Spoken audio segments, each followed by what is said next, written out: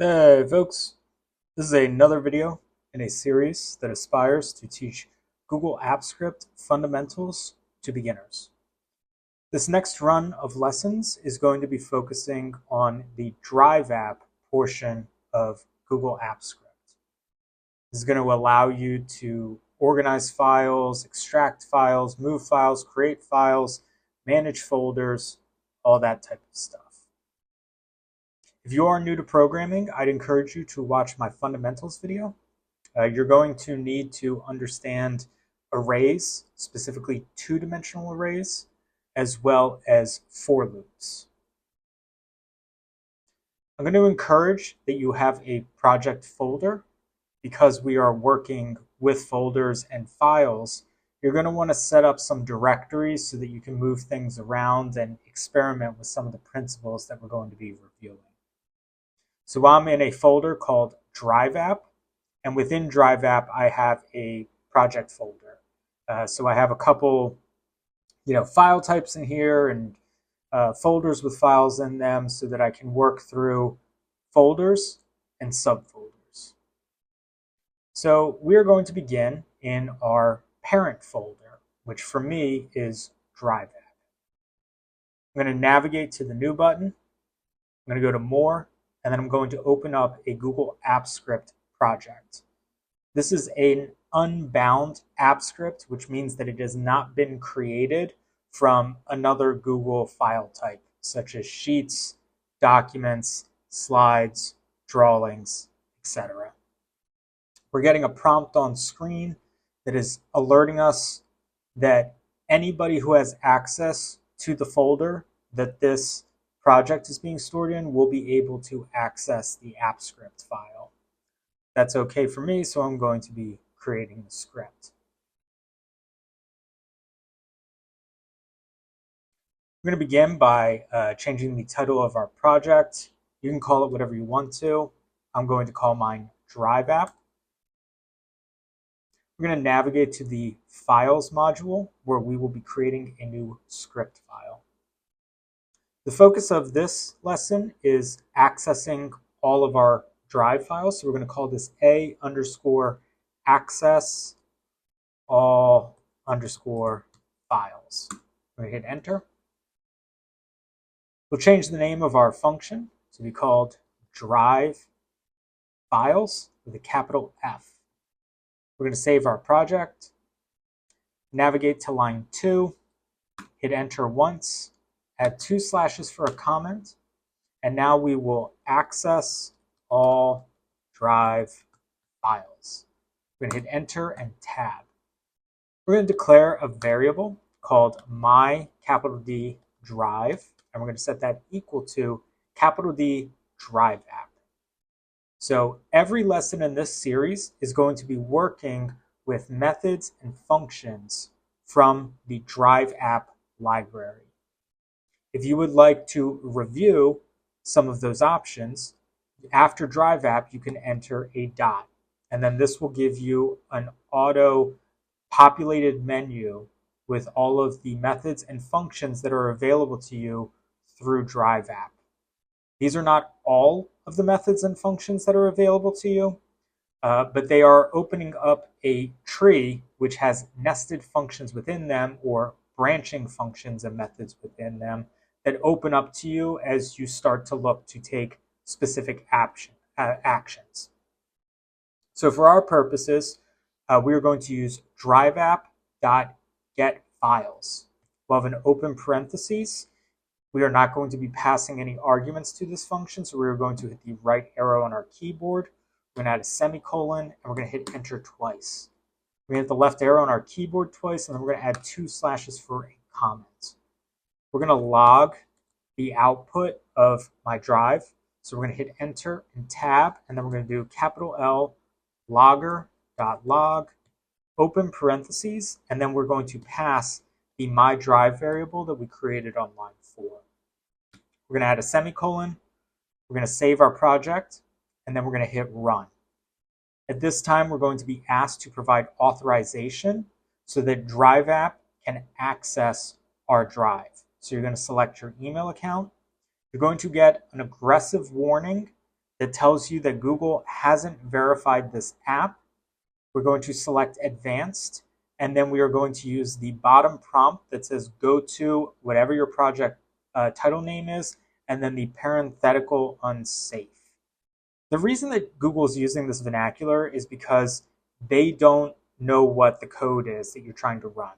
It has not been submitted to Google, so they want you to be very aware that if you run this script or if you allow access to this to DriveApp, you have the person who wrote the code has the ability to see and download all your Google Drive files. This is fine. We're not going to be doing anything malicious, but the reason that you're getting this prompting is because they don't want a bad faith actor to take advantage of you. We're going to select Allow. And once we provide authorization, our execution log shows us that the result of my drive is a file iterator. So anytime that you attempt to access files or folders via DriveApp, there's a high probability that you are going to get a iterator back, which means that you have to loop through the files in order to access them. So you're not going to be given a data structure, you're going to be given this file iterator. So the DriveApp documentation encourages you to use a while loop. So we are going to be reviewing while loops. We're going to resume on line 7. We're going to hit enter twice, left arrow twice, 2 slashes for a comment. We're going to create an empty array to store the files. We're going to hit enter and tab. We're going to declare a variable called array, which will be set equal to square brackets. We're going to hit the right arrow on our keyboard, and we're going to add a semicolon. The reason that we're creating an empty array is because when we loop through our files, we're going to extract additional points of metadata that we are going to want to associate to the files. That will allow us to start to work with them. And by passing it to an array, we have the ability to create a structure that will allow us to loop through them or to modify them or send them other places. Because the file names alone through a loop is not as malleable as a way to work with the data as when we have them in a two-dimensional array or an array. And the reason that we want an array or a two-dimensional array is because that's how data is structured within Google Sheets. So in the event that you want to send any of your file types into a Google Sheet in order to look at or organize them, then you're going to need to pass it into a two-dimensional array so that the data is structured in the same way that Google Sheets accepts data structures. We're going to resume on line 10 by hitting enter twice and the left arrow on our keyboard twice. We're going to add 2 slashes for a comment where we will say loop through the iterator variable. We're going to hit enter and tab. So we're going to be using the while loop. So we're going to type out while and we'll have an open parentheses. Within while, we're going to reference our myDrive variable from line 4, and then we're going to be using a dot method. While provides you with 3 methods that you can use. We are going to be using hasNext. We're going to have an open parentheses that takes a Boolean value, but we are not going to be entering anything in there. We're going to hit the right arrow on our keyboard twice, and then we're going to hit space. We're going to enter in curly brackets. We're going to hit enter, 2 slashes for a comment, and now we are going to save the files to a variable called file. I'm going to hit enter and tab. So we're going to use that var character, and then we're going to create a variable called file, and we're going to set that equal to myDrive.next with an open parentheses. We're going to hit the right arrow on our keyboard, and we're going to add a semicolon. So the way that while works is that as long as the iterator, in this case myDrive, has something come after it, it will continue. And it keeps going until there is nothing left. The same thing happens with next. So by saving our files to a variable, we have the ability to access them in order to extract additional points of data out of them. So on line 15, we're going to resume by hitting enter once, adding 2 slashes for a comment, and now we're going to log out the file variable. We're going to hit enter and tab. We'll do logger.log, open parentheses, file. We're at the right arrow on our keyboard, and we're going to add a semicolon. And we're going to hit run. So you'll see that the first thing that pops up is our file iterator, which is coming from my drive. And now we're starting to get a long list of all of the files that are in my drive. So all of these are literally every single file that exists in my drive. So these are populating based upon last updated date. So if you wanted to see that, we're going to go into our logger.log, and I'm going to add a plus symbol and a space, and then I'm going to add single quotes with a space, and I'm going to add a solid bar. I'm going to hit space. So we have plus symbol, single quote, space, straight bar, space, single quote. We're going to hit right after the single quote, and we're going to add a plus symbol, and then we're going to reference file.get last updated, and we're going to have a open parentheses there. We're going to hit the right arrow on our keyboard so that we're at the end of the line. So we're after that semicolon, and we're going to hit run. And now we have the output again where we are getting the file names, and then we are separating them by a bar, and then we are getting a date time that is set in Eastern Standard Time because that's where I'm located. And if I scroll all the way to the top, you'll notice that DriveApp is the last one that was most recently updated, starting on September 4th and 1744. And then you can kind of see going down, all these files here are September 4th, right? So keep your eye trained here. They're all September 4th. Then we have September 2nd.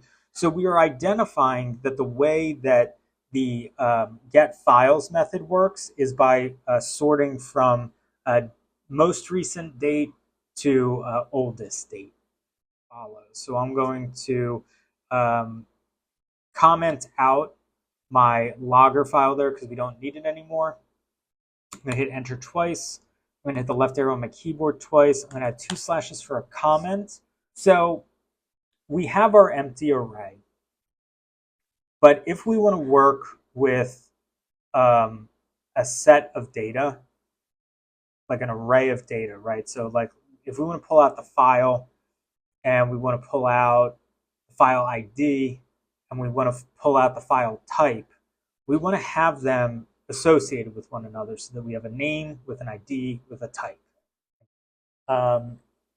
So in order to do that, we are going to be creating another empty array called file array. We're going to hit enter and tab, and we're going to declare a variable of file, capital A, array. And we're going to set that equal to square brackets. We're going to hit the right arrow on our keyboard, and we're going to add a semicolon. We're going to hit enter twice, and then we're going to add 2 slashes for a comment, and we are going to use the push method in order to push the file, ID, and type to the file array.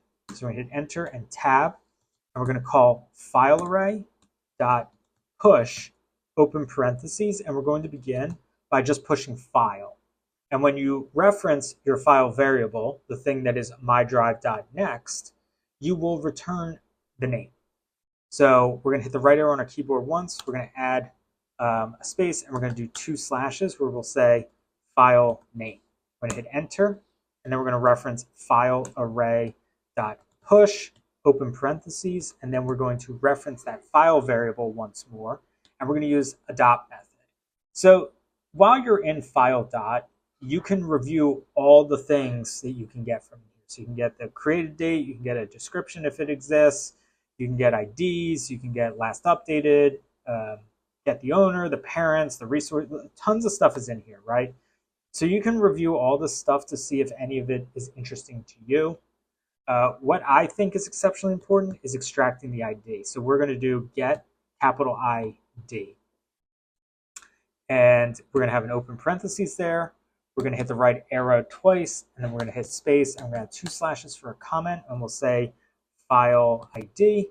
We're going to hit enter, and we're going to use file array one more time. We're going to do dot push, open parentheses, file dot get capital M MIME type or meme type. I think it's MIME type. And we'll use an open parentheses. So this will tell you whether it's like a spreadsheet or a doc or a deck or a drawing or anything like that. So we're going to hit space, and we're going to say file type. So what's happening when we do file array dot push is these 3 things get pushed into that file array. So that empty array, those empty square brackets, the push method is adding them to it. So every time the while loop runs, we are going to push each line into the file array in a comma separated fashion, right? So anytime you use push, it adds the thing that you're pushing to an array, adding a comma or just injecting it in there. So anytime that you're pushing these 3 things in there like that, you'll get them in comma separated order so that we have an array for each file. So we'll have the file name, the ID, and the type as its own array. We're going to resume on line 25 by hitting enter twice. And we are going to add 2 slashes for a comment. And now we're going to push the file array to the array. So that array on line 10 is empty. So we are going to hit enter and tab, and we're going to say array dot push, open parentheses, file capital A array. We're going to hit the right arrow on our keyboard, and we're going to add a semicolon. So after the file ID and type are pushed into the empty file array, that single array is being pushed into the empty array on line 10. So every time the while loop runs, those file arrays are being pushed into the array the same way that these file get ID, get MIME type are being pushed into the file array. So in case it's not clear, I'm going to open up the execution log. So hypothetically, instead of this being a name separated by a straight line or a straight bar and then a date and time, if we use the push method, then they would be comma separated and they would be in square brackets. And by doing that, we are then getting lines into arrays. And when we push an array into another array, we get a 2-dimensional array where we have the first dimension being the array number, and then the second dimension being the individual elements of that array. And that will now allow us to work with our drive files so that if we want to create conditional logic for them to only include a certain file type or a certain name or a certain ID or what have you, we have the data structured in a way that allows us to work with that. So what I'm going to do just to make this a little bit more clear is I'm going to select line 25. So I'm going to go to the end of line 25. I'm going to hit enter twice. I'm going to add 2 slashes for a comment, and I'm going to log out the file capital A array. I'm going to hit enter and tab, and I'm going to do logger dot log open parentheses file capital A array. I'm going to hit the right arrow on the keyboard, and I'm going to add a semicolon.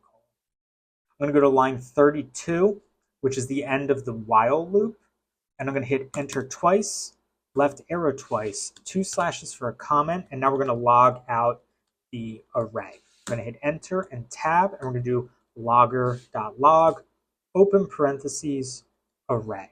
I'm going to hit the right arrow on our keyboard. We're going to add a semicolon. We'll hit save, and now we're going to run.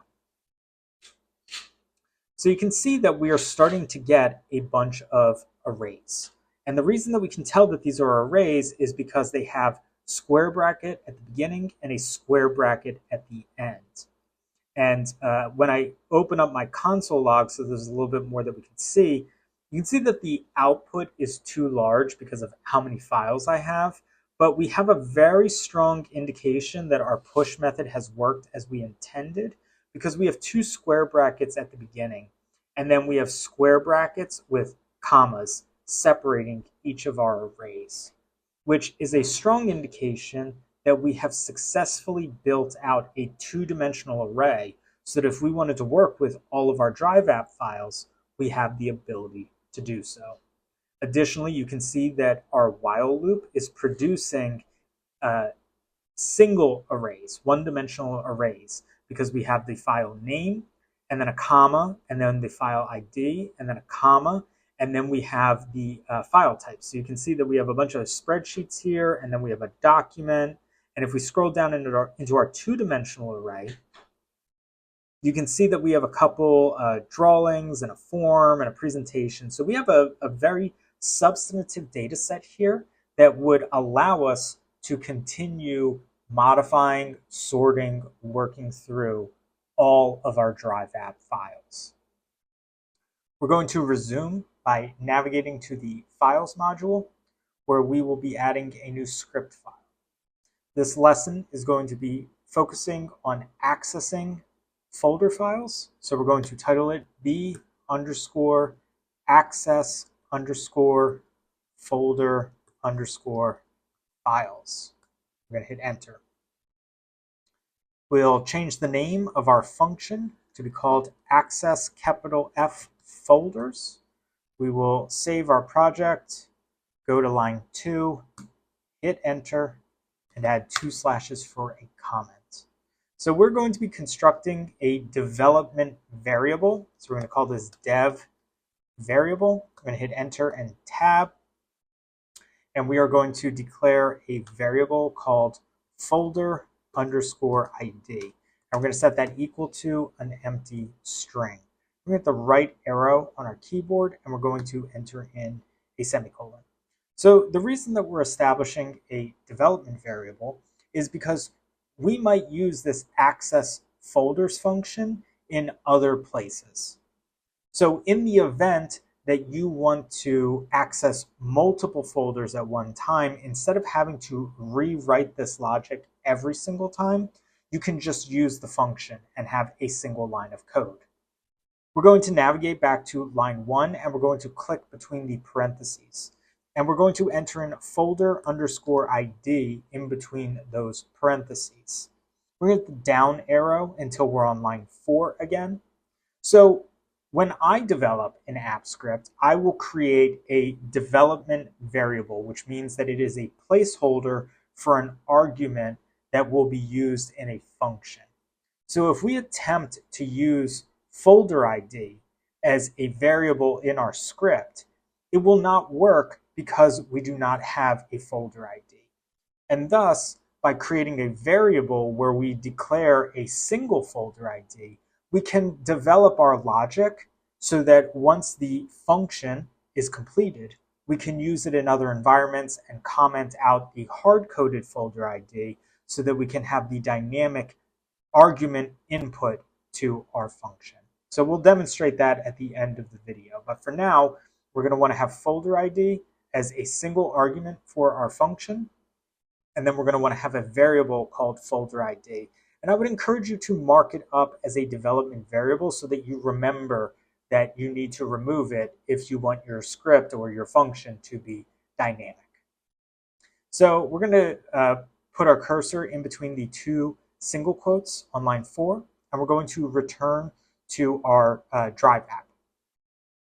So I want to use this project folder here, so I'm going to double click on it, and then I am going to highlight the URL where I will find the folder ID at the end of the drive.google.com/drive/folders URL.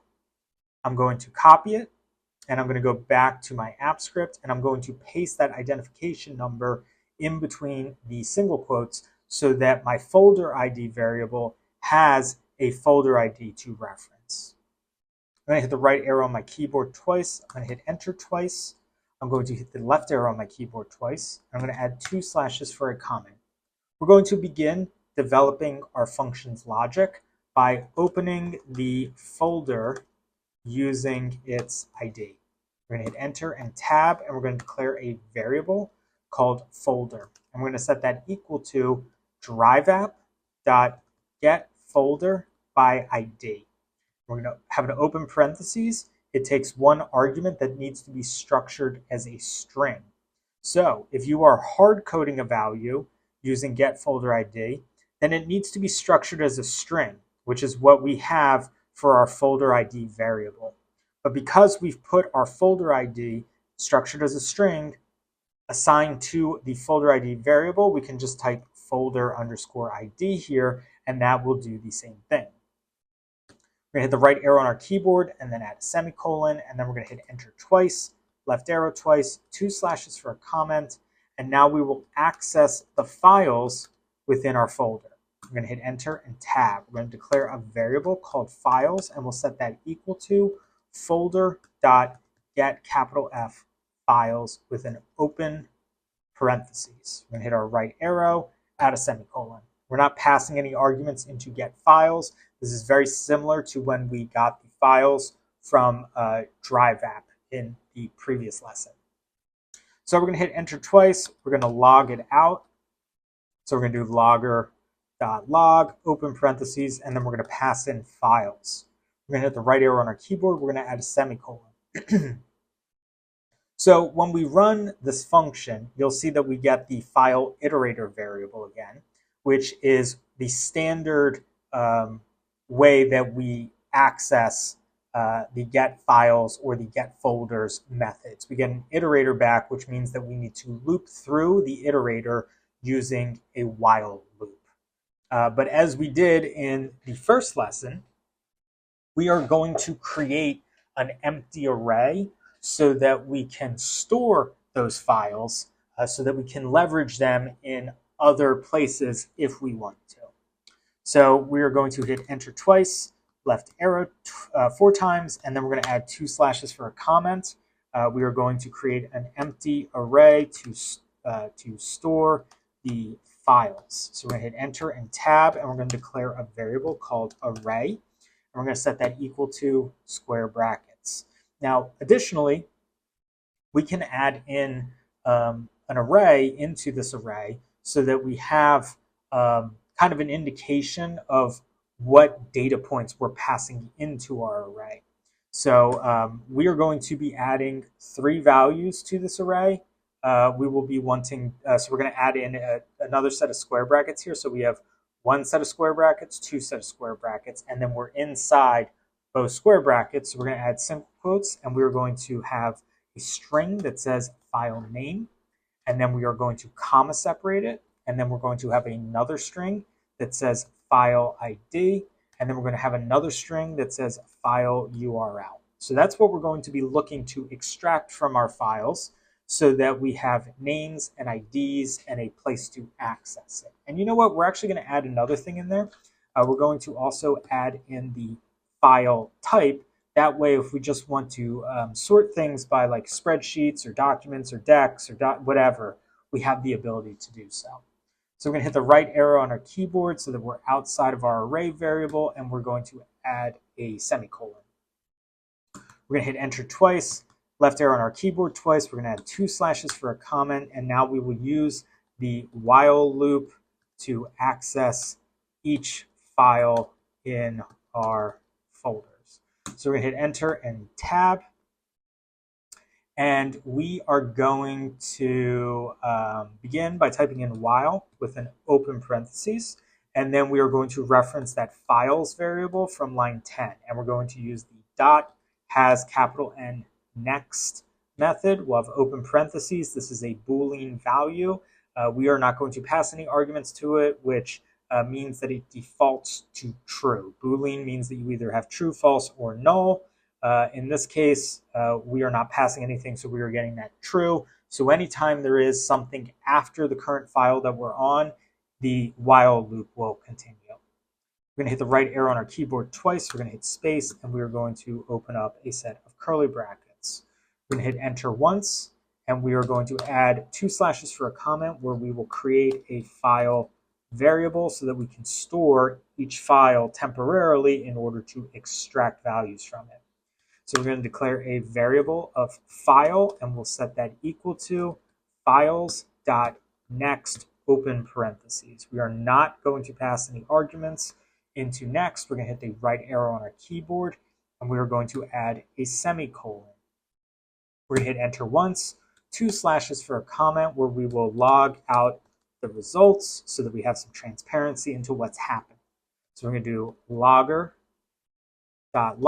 open parentheses, and we're going to pass in that file variable. We're going to hit the right arrow and add a semicolon. We're going to save our project, and then we're going to run it just so that we can kind of see where we're at. So you can see that we are returning our file iterator, which is coming from the logging on line 13. And then we are also logging out the file variable from our while loop, which is only giving us one result, which is DriveApp organizer. So when we use folder ID, when we use DriveApp.getFolderById, and then we use the getFiles method, we are only going to return files. So when I go back to my project folder, you can see that there is 5 folders in here and 1 file.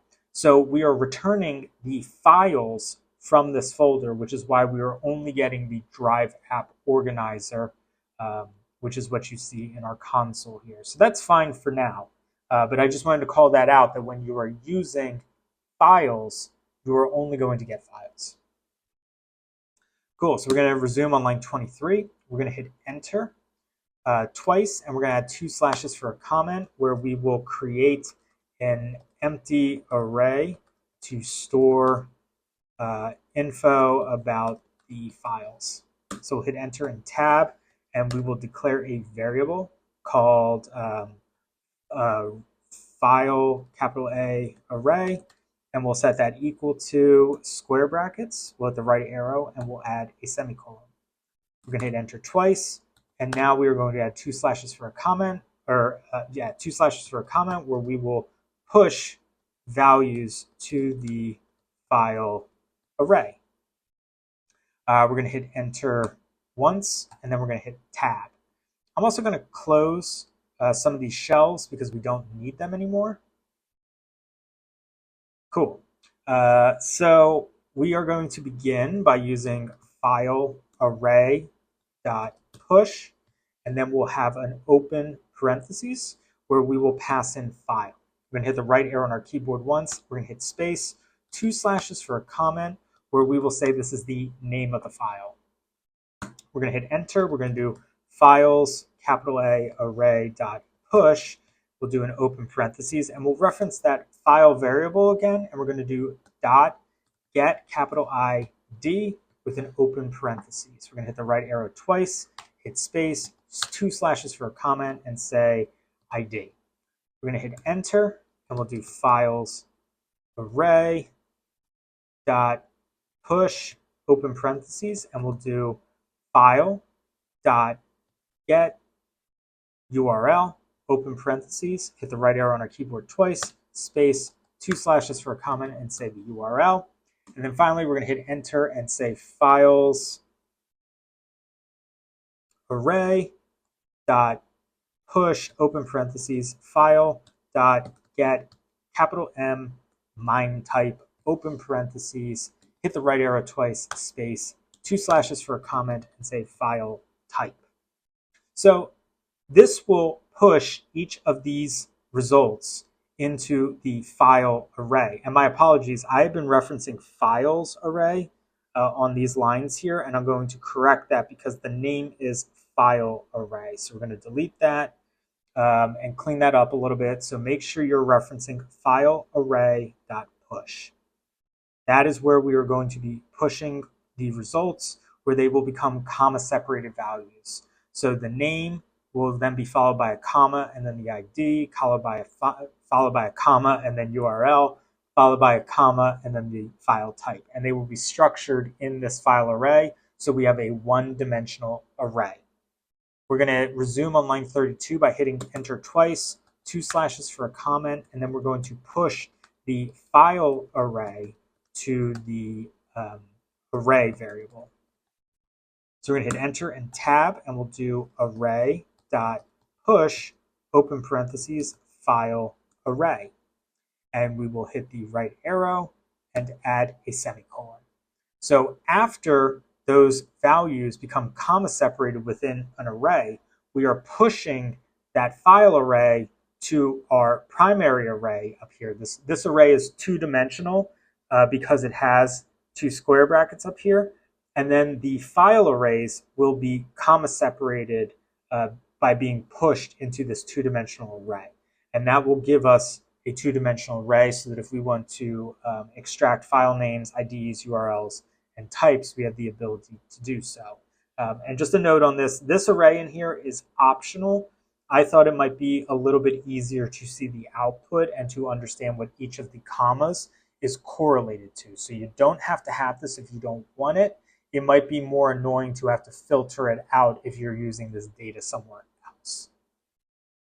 So we are going to go to line 35. We're going to hit enter once, twice, 2 slashes for a comment, and we'll log out the file array for visibility. We hit enter and tab, and we'll do logger.log, open parentheses, file, capital A, array, right arrow, and semicolon. So now when it runs, we'll just kind of see the output of the file array before it is pushed into the array. So we're going to hit the down arrow on our keyboard once, and we're going to hit enter twice. Hit the left arrow on the keyboard twice, 2 slashes for a comment, and we will log out the array. So we're going to hit enter and tab, and we'll do logger.log, open parentheses, array, with the right arrow on our keyboard and add a semicolon. We're going to save our project, and then we're going to hit run to make sure that everything is working the way that we want it to. So it looks great. So the first thing that we're getting is the logger from line 23. So we see, or my apologies, the first thing that we're getting is actually our file iterator, which is coming from line 13. So we logged out folder.getFiles as the files variable, and we got this file iterator.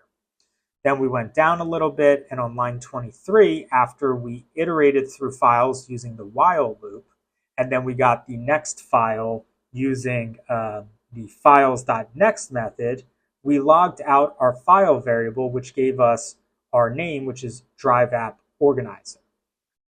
It then moved down to these lines here, where the file name, ID, URL, and file type were pushed into the file array. And that's the output that you're seeing here. So you can see that it's an array because it has an opening square bracket and a closing square bracket.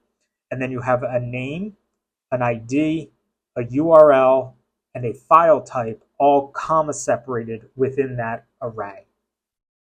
Finally, we pushed our file array into our empty array, which is on line 16, which is structured as a two-dimensional array.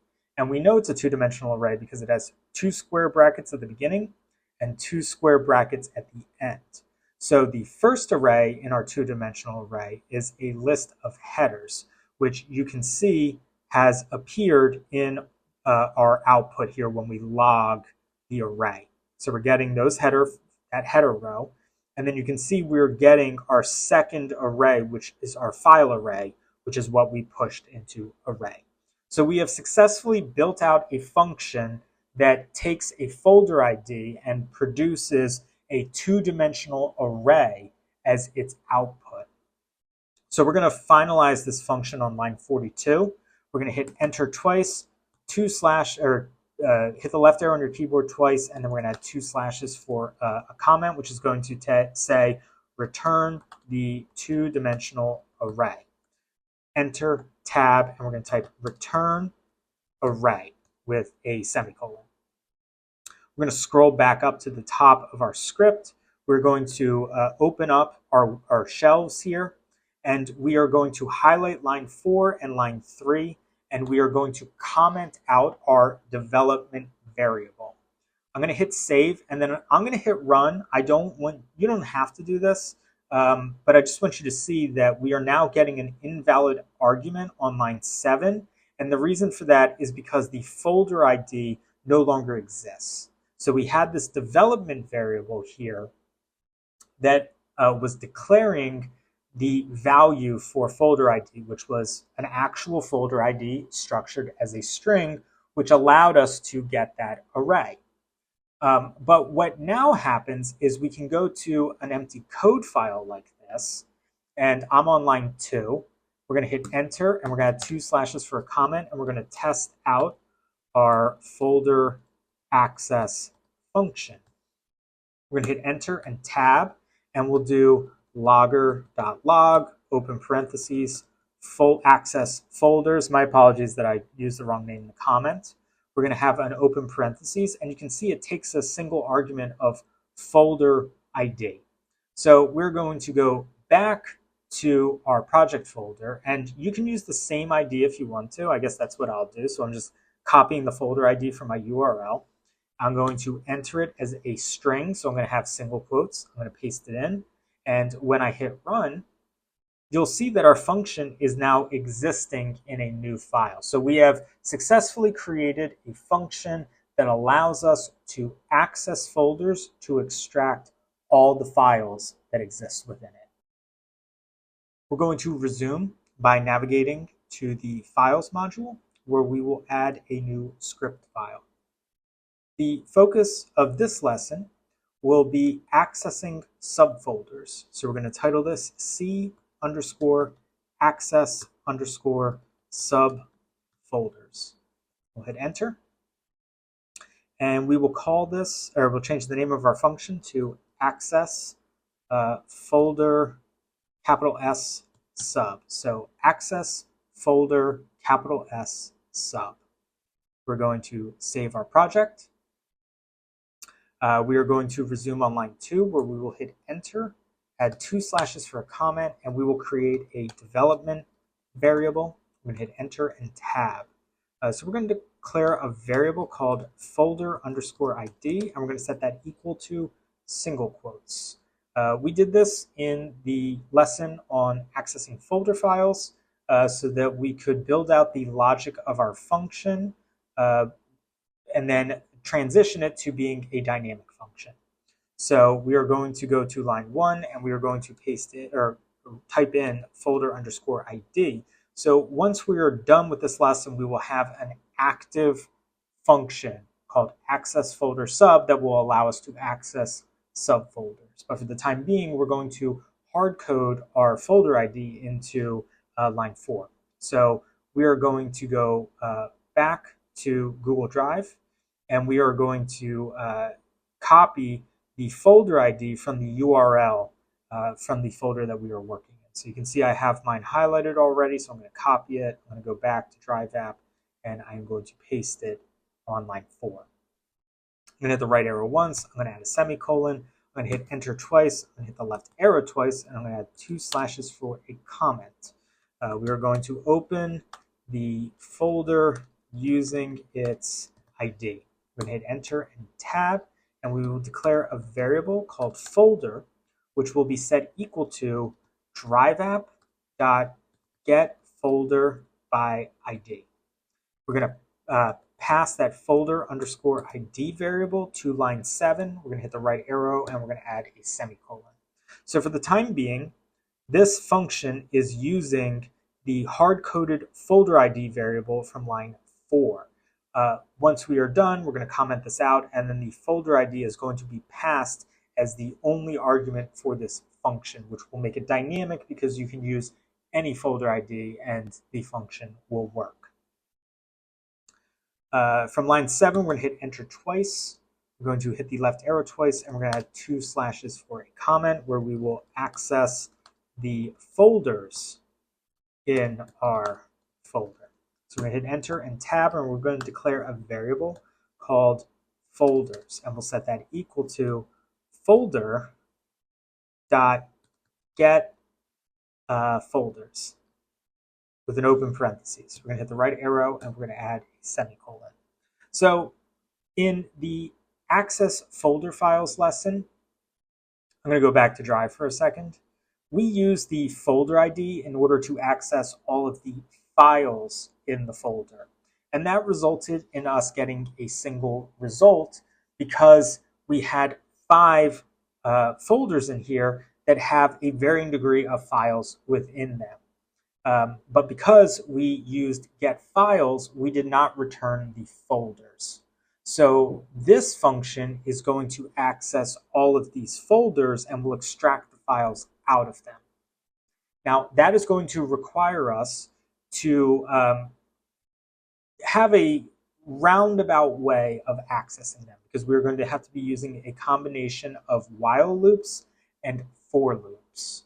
So the journey ahead is going to be a bit of a windy one, but I hope that you will be able to stick with it and that I will articulate the path in a way that will allow you to stick with it. So we're going to return back to our app script, and we are going to hit enter twice, 2 slashes for a comment, and we're going to log out the folders variable. So we're going to hit enter and tab, and then we'll do logger.log, open parentheses, and then we are going to log out that folders variable. We're going to hit run, and now you can see that we are getting a folder iterator, which is an indication that we have to use a while loop in order to access those folders. So we're going to hit enter twice, left arrow on our keyboard 4 times, 2 slashes for a comment, and now we will use a while loop to access the folders. So we're going to hit enter and tab, and we'll do while, open parentheses, folders dot has next, open parentheses. We're not going to pass any arguments in there. We're going to hit the right arrow on our keyboard twice, hit space, add curly brackets, and hit enter.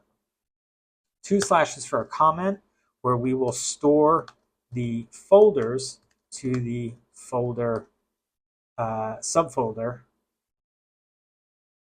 variable. We're going to hit enter and tab. So because we already used folder on line 7, we are going to declare a variable called sub capital F folder, and we're going to set that equal to folders.next open parentheses. We're going to hit the right arrow, and we're going to add a semicolon. We're going to hit enter once, 2 slashes for a comment, log out the subfolder variable. I'm going to hit enter and tab, and we'll do logger.log, open parentheses, subfolder. I'm going to hit the right arrow on our keyboard, add a semicolon, and then we're going to run it so that we can see what's happening. So the first thing that we get is the folder iterator variable, which is the logging from line 13.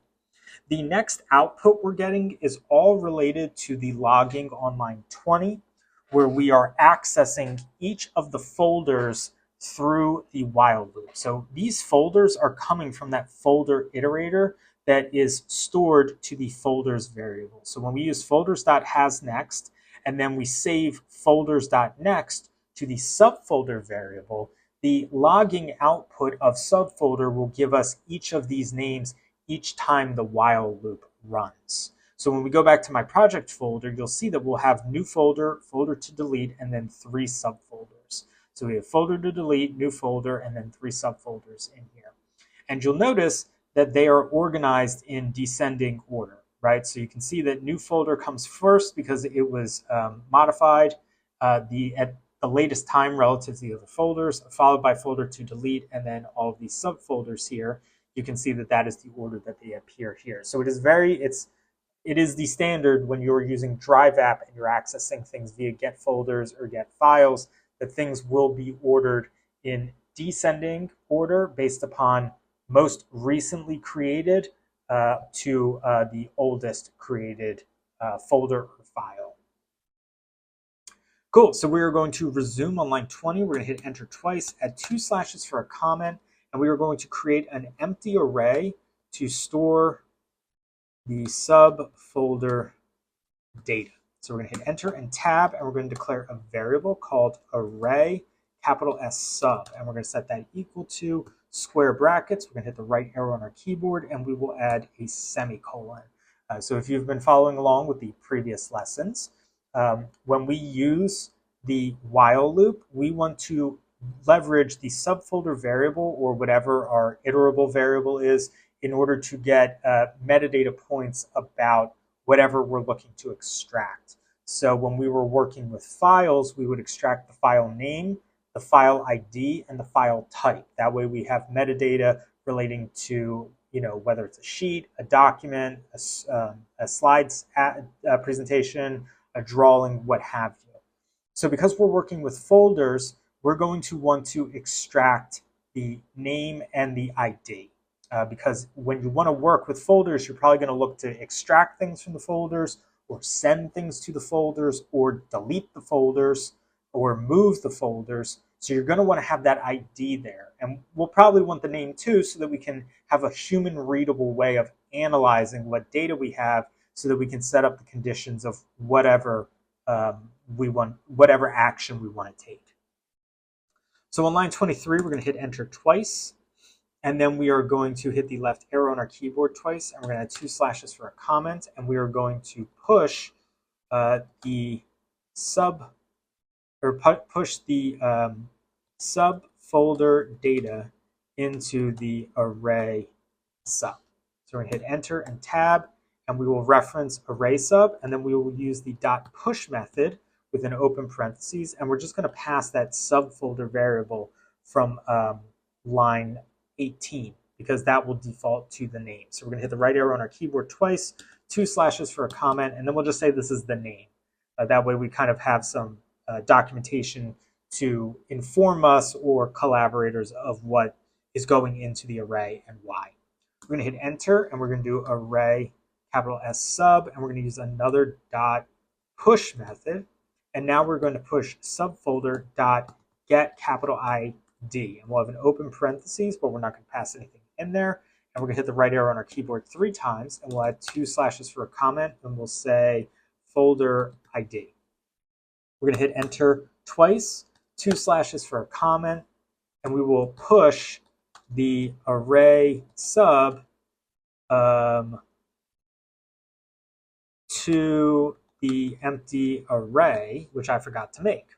So we're going to go up to line 13, and we are going to hit enter twice. We're going to hit the left arrow on our keyboard 4 times, and we're going to add 2 slashes for a comment, and we'll say empty array to store folders.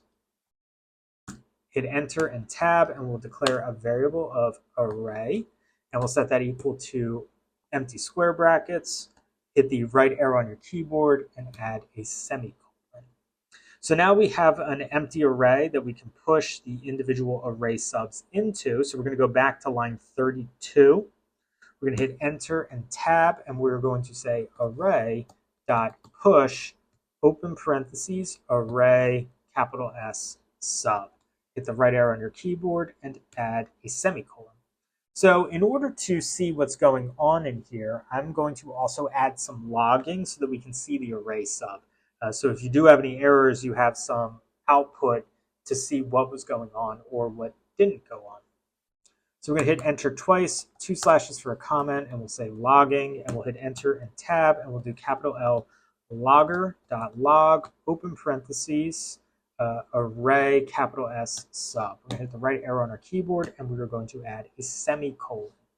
I'm going to close some of these windows up top here because we don't need them right now. So we are going to close line 3 for development variable, line 6, line 9, and we are good. So everything on screen is what we are actively using right now. I'm on line 36, and just to kind of recap where we're at, we have an empty array that we retroactively added into our script, which is where we are going to attempt to store arrays that have information about the folders that we want to access in our while loop. So while the folder has something next within it, the while loop will continue. And we are saving whatever that is to a subfolder variable, which we are logging out on line 23. We have an empty array called array sub that we are going to collect metadata about our subfolders that we can store there. So we are using array sub.push, and then we are using subfolder in order to get the name, and then we are using subfolder.getID in order to get a folder ID. So when we push those values into an array, they are separated by commas. That will give us an array that has a name and an ID. We are then pushing that array sub into our array on line 16, which will result in the creation of a two-dimensional array so that we have the ability to access that data and construct additional logic around it in order to set up parameters that align with the action that we want to take with our project. On line 36, we're logging out array sub so that we get some transparency into what our while loop is doing. So from line 36, we're going to hit the down arrow once, we're going to hit enter twice, we're going to hit the left arrow on our keyboard twice, and we're going to add 2 slashes for a comment, and we are going to log out the array. We're going to hit enter and tab, and we're going to do logger.log, open parentheses, and we're going to pass our array. We're going to hit the right arrow on our keyboard, and we'll use a semicolon. We're going to run our function now to make sure that it does what we want it to do. So it's looking pretty good here. So we are getting some logging here, which is coming from our folder variable, or our folders variable, which we currently have hidden in this shelf up here. So we're getting folder iterator. And then when we are getting this name here, such as new folder, you can see that we're getting that from our logger.log on line 23. And then the next thing that we're getting is output relative to our logger.log for array sub. So you're seeing that we're getting new folder, comma, and then an ID. Same thing is happening with folder to delete, and then our 3 subfolders. And then finally, we're getting a two-dimensional array down here that is coming from pushing our array sub into the array on line, 16? Yep. So then when we log out the array on line 40, we are getting a two-dimensional array, which we can tell because we have 2 opening brackets there and 2 closing brackets here. And then we have comma separated arrays. So you can see we have our first array there and we have our second array here.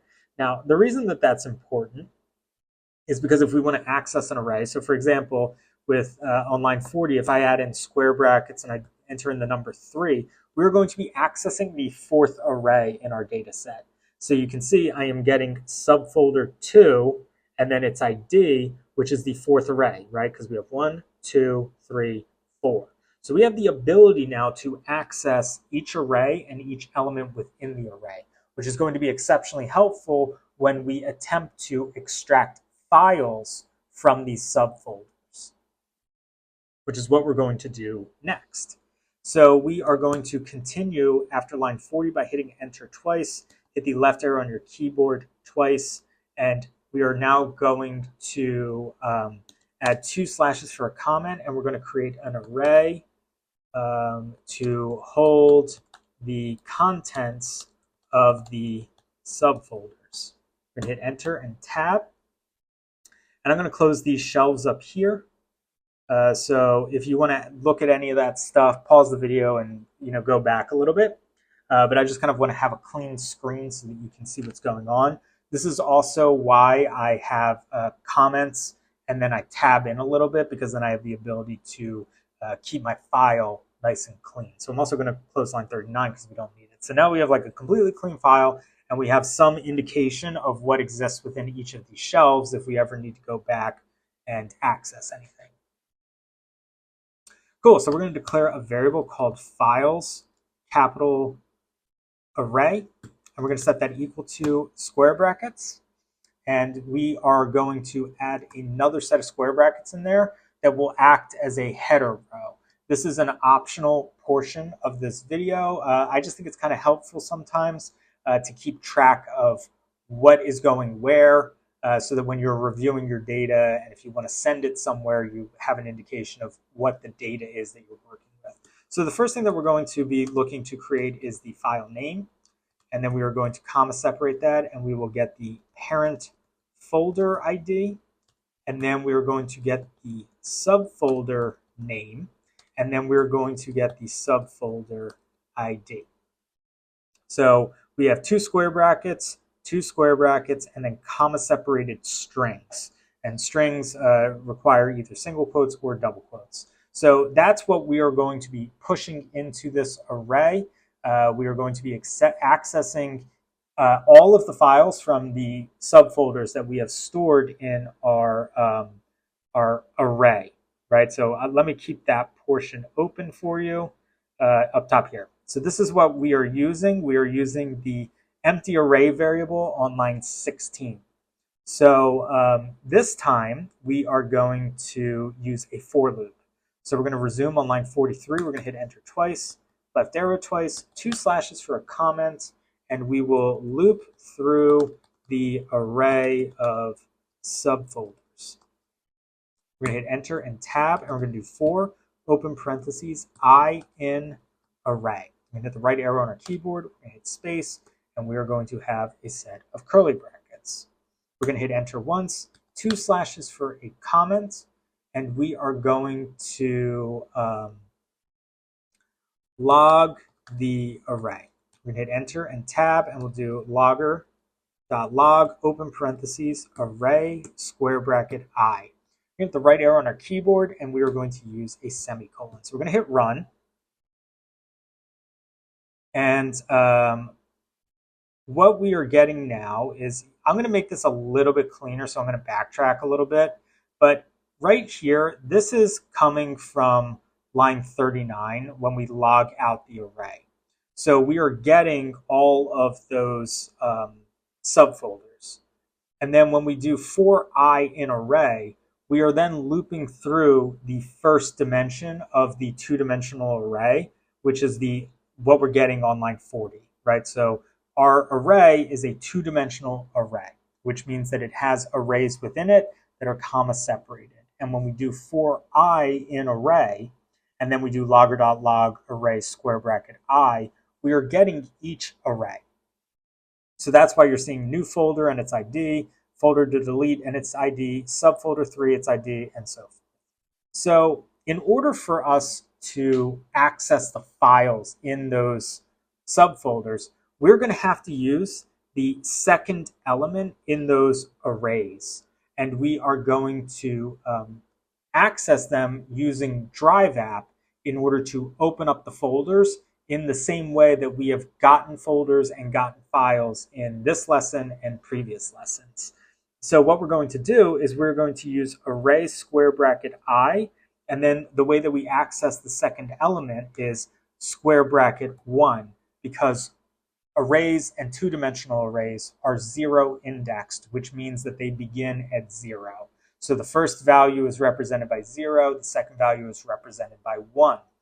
Because the folder ID in our array is the second element, is the second element of our array, 0 is the name, 1 is the ID. So we are using array I, which is our loop variable. So that is going from, through everything in the array and going 0, 1, 2, etc. So that will access dimension 1 and it will access each array. And then when we enter in that 1 here, we are accessing the ID. So we are going to go to line 48. We're going to hit enter once. We're going to have 2 slashes for a comment, and we are going to access the folders. You know what? I'll call it the subfolders just so that's clear. So you're going to hit enter and tab, and we are going to declare a variable of folder. So we're redeclaring folder. We already used it up top here somewhere. Yes, up top here on line 7. We're going to redeclare it because we are far enough away now that we can. It can be reused, and it can really be used at any point, but it's safe now in my opinion. If you want to use a different name, you can. So I'm going to use DriveApp.get folder by ID, and I'm going to have an open parentheses. And I'm going to pass in array square bracket I, hit the right arrow, square bracket 1. Hit the right arrow twice, and we're going to add a semicolon. So this up top here is just logging it out so that we have visibility into it. And then this one here is actually being used by DriveApp in order to open up the folder. We're going to hit enter once, and now we are going to access the files in the subfolder, aka the folder variable.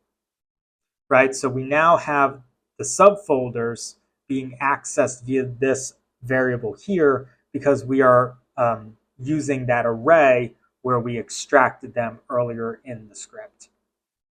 So we're going to hit enter and tab, and we are going to declare a variable called files, which will set equal to folder.get capital F files. And we'll have an open parentheses. We'll hit the right arrow on our keyboard and we'll add a semicolon. I'm going to hit enter once, 2 slashes for a comment, and we're going to log out the files variable. We're going to hit enter and tab, logger.log, open parentheses, files. We're going to hit the right arrow and we're going to add a semicolon. We're going to hit run.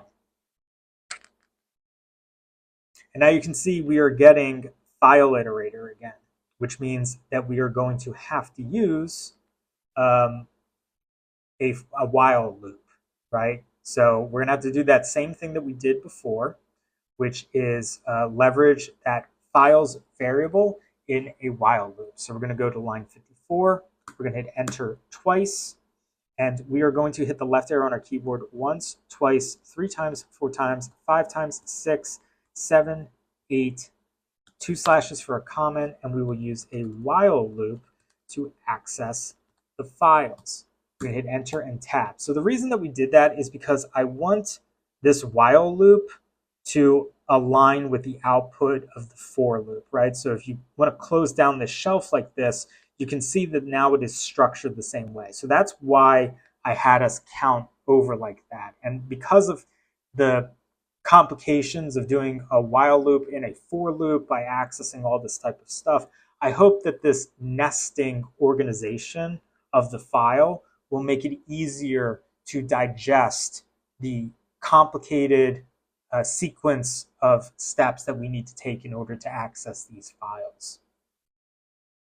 So we are going to actually, before we do the while loop, we're going to go to line 56. We're going to hit enter once. We're going to hit the up arrow on our keyboard once, and we're going to add another comment.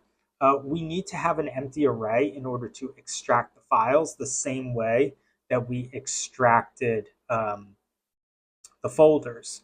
So we're going to create an empty array to store the files. We're going to hit enter and tab, and we will declare a variable called extracted files, and we'll set that equal to square brackets. We're going to hit the right arrow on our keyboard, and we're going to add a semicolon. We're going to hit enter once. We're going to hit the down arrow once, twice. Sorry, actually, we're going to go to the end of line 59. We're going to hit enter and tab. And now we are going to declare a while loop with an open parentheses.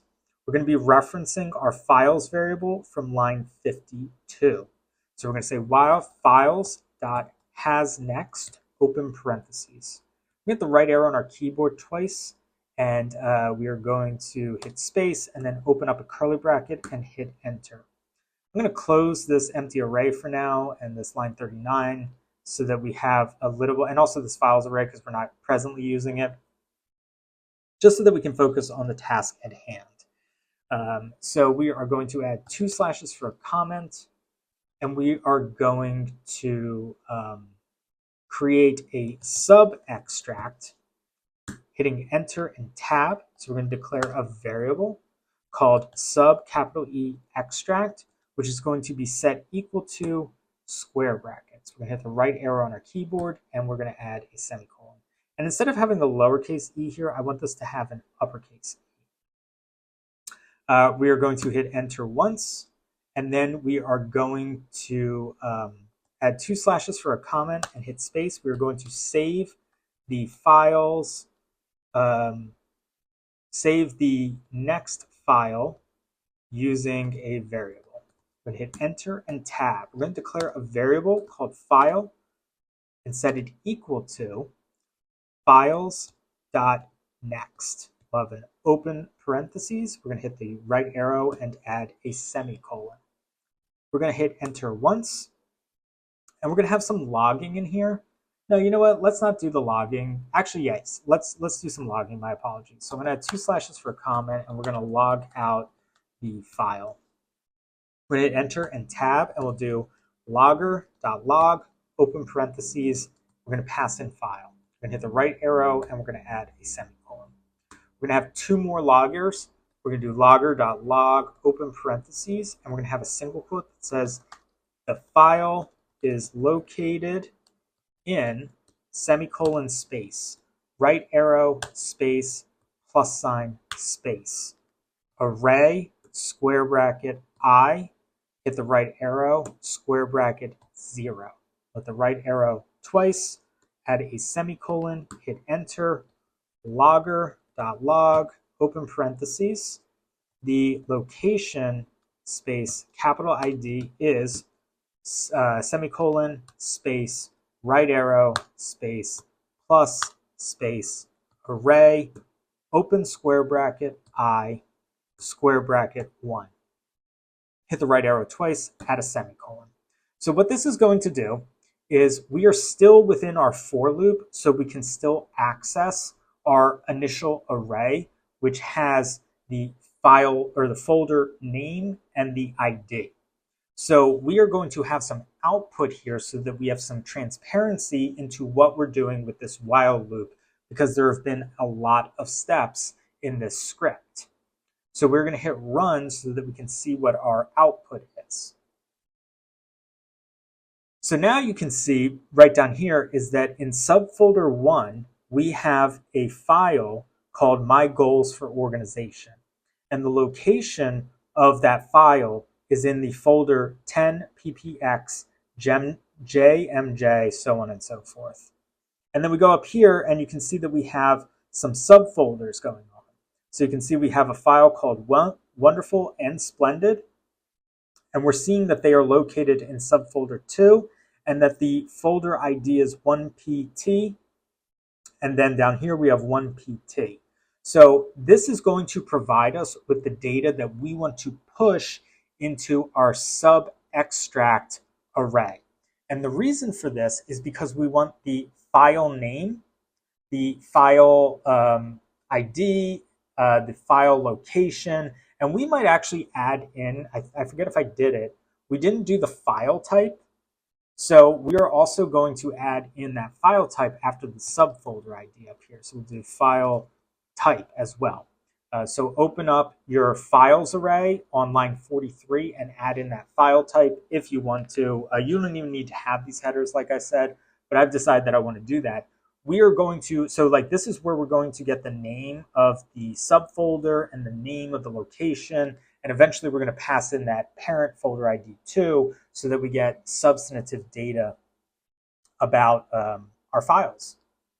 So we are going to resume on line 68, and we're going to hit enter twice, and we're going to hit the left arrow on our keyboard, and now we're going to push the data into the sub extract.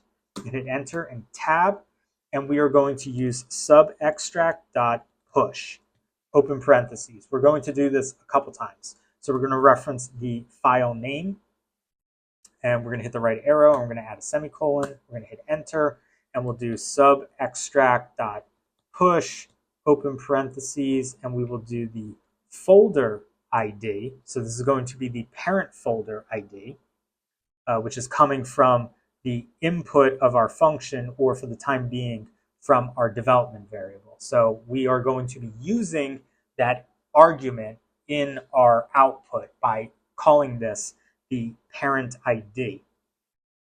We're going to hit enter, and we're going to do subextract.push, open parentheses, and then we are going to use array square bracket I, and then square bracket 0, because the first argument in our array, or the first element of our array, my apologies, is the folder name.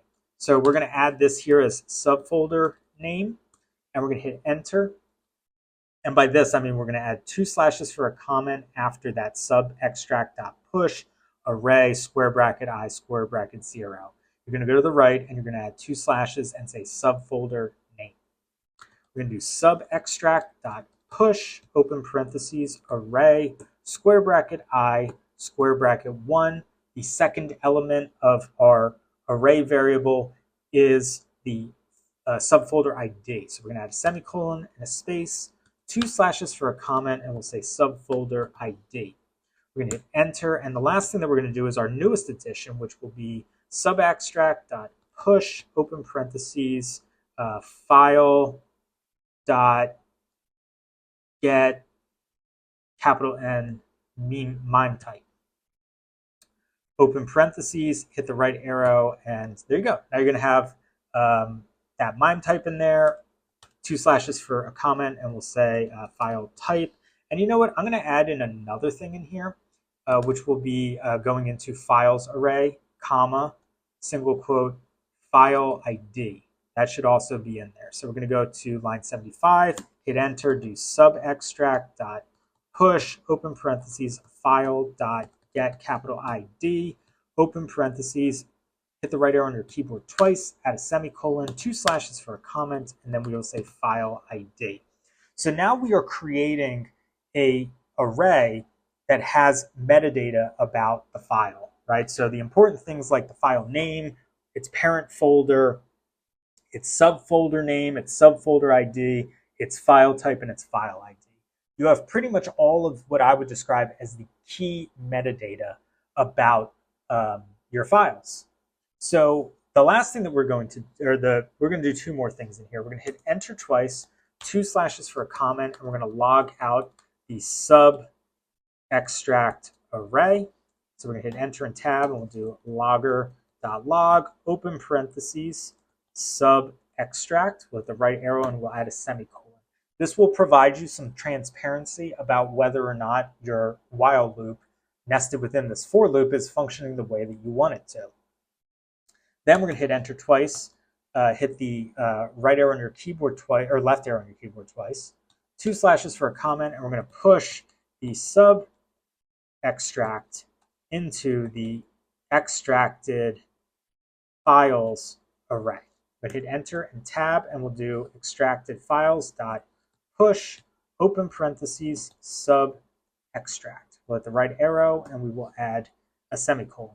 We're going to hit the down arrow once, and then we're going to hit enter twice, and then we're going to hit the left arrow on our keyboard twice, add 2 slashes for a comment, and we are going to log out the extracted files array. Enter, tab, logger.log, open parentheses, extracted files. We're going to hit the right arrow, and we're going to add a comment.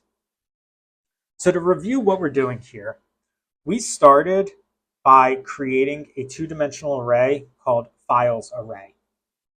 We are going to be pushing data into that array. In order for us to do that, we need to access a variable that we created called array, where we stored all of the subfolders in our parent folder ID. So we created an array with a subfolder name and ID, and we are looping through all of them in order to save them to a variable called folder. We are then accessing all of the files from that folder, which requires us to use a while loop. So because we want to extract values about each file within each folder, we created an extracted files variable where we will store that data.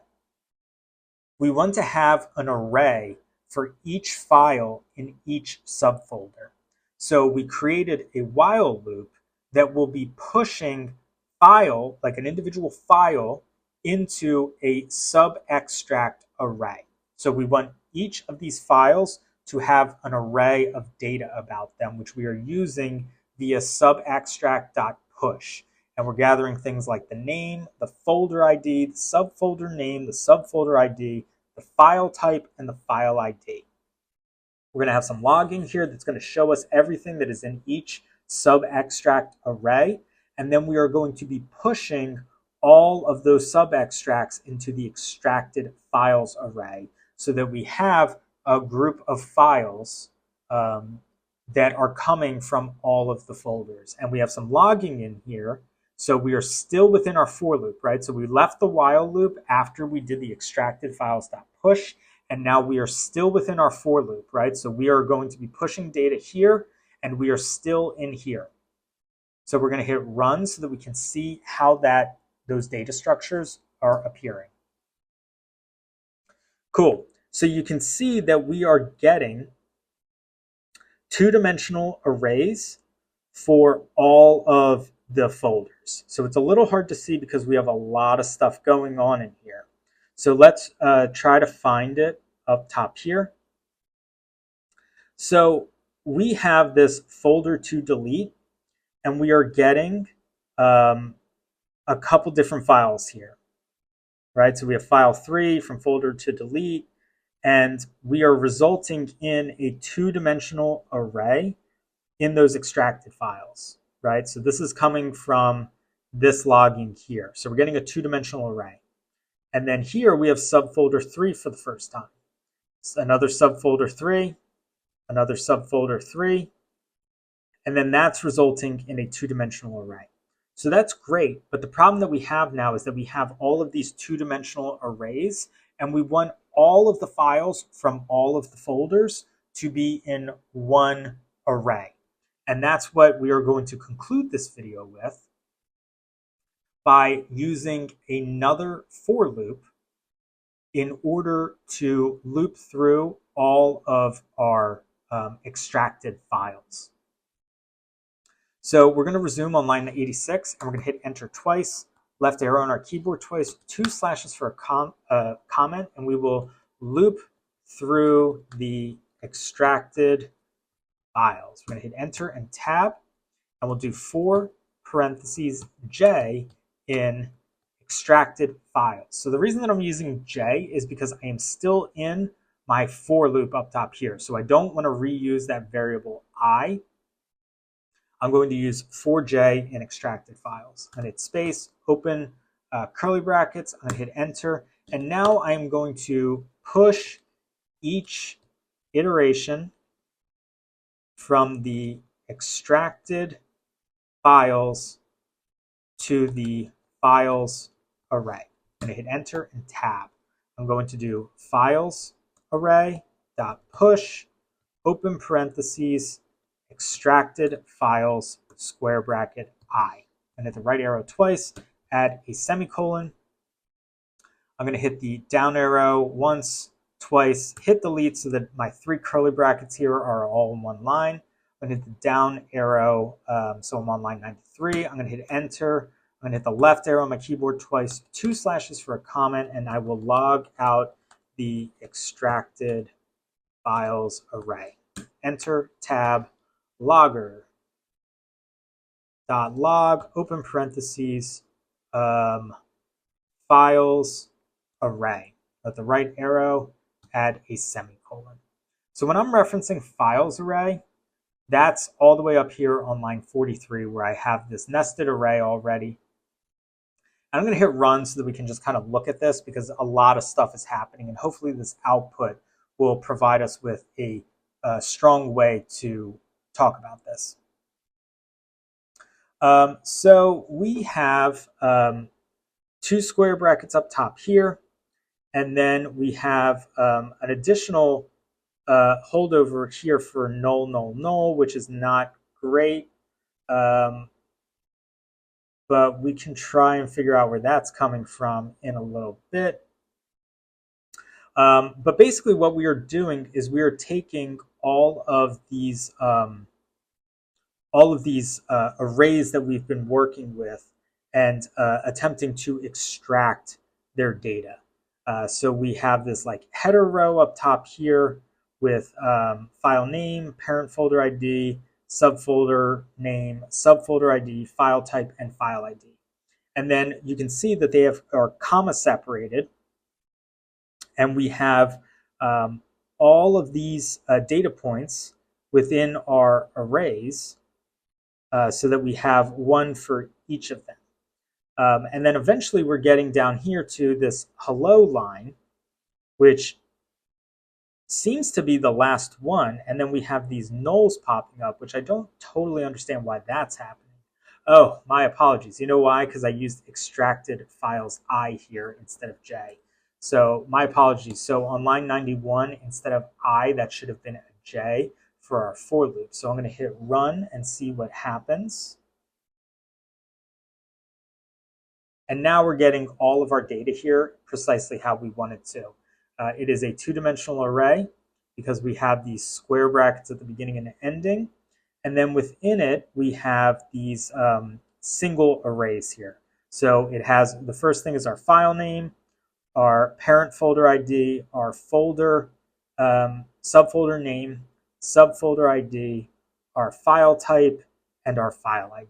And we have that for all of the files. So now we have a two-dimensional array that we can work with so that we have extracted all of the files from our subfolders.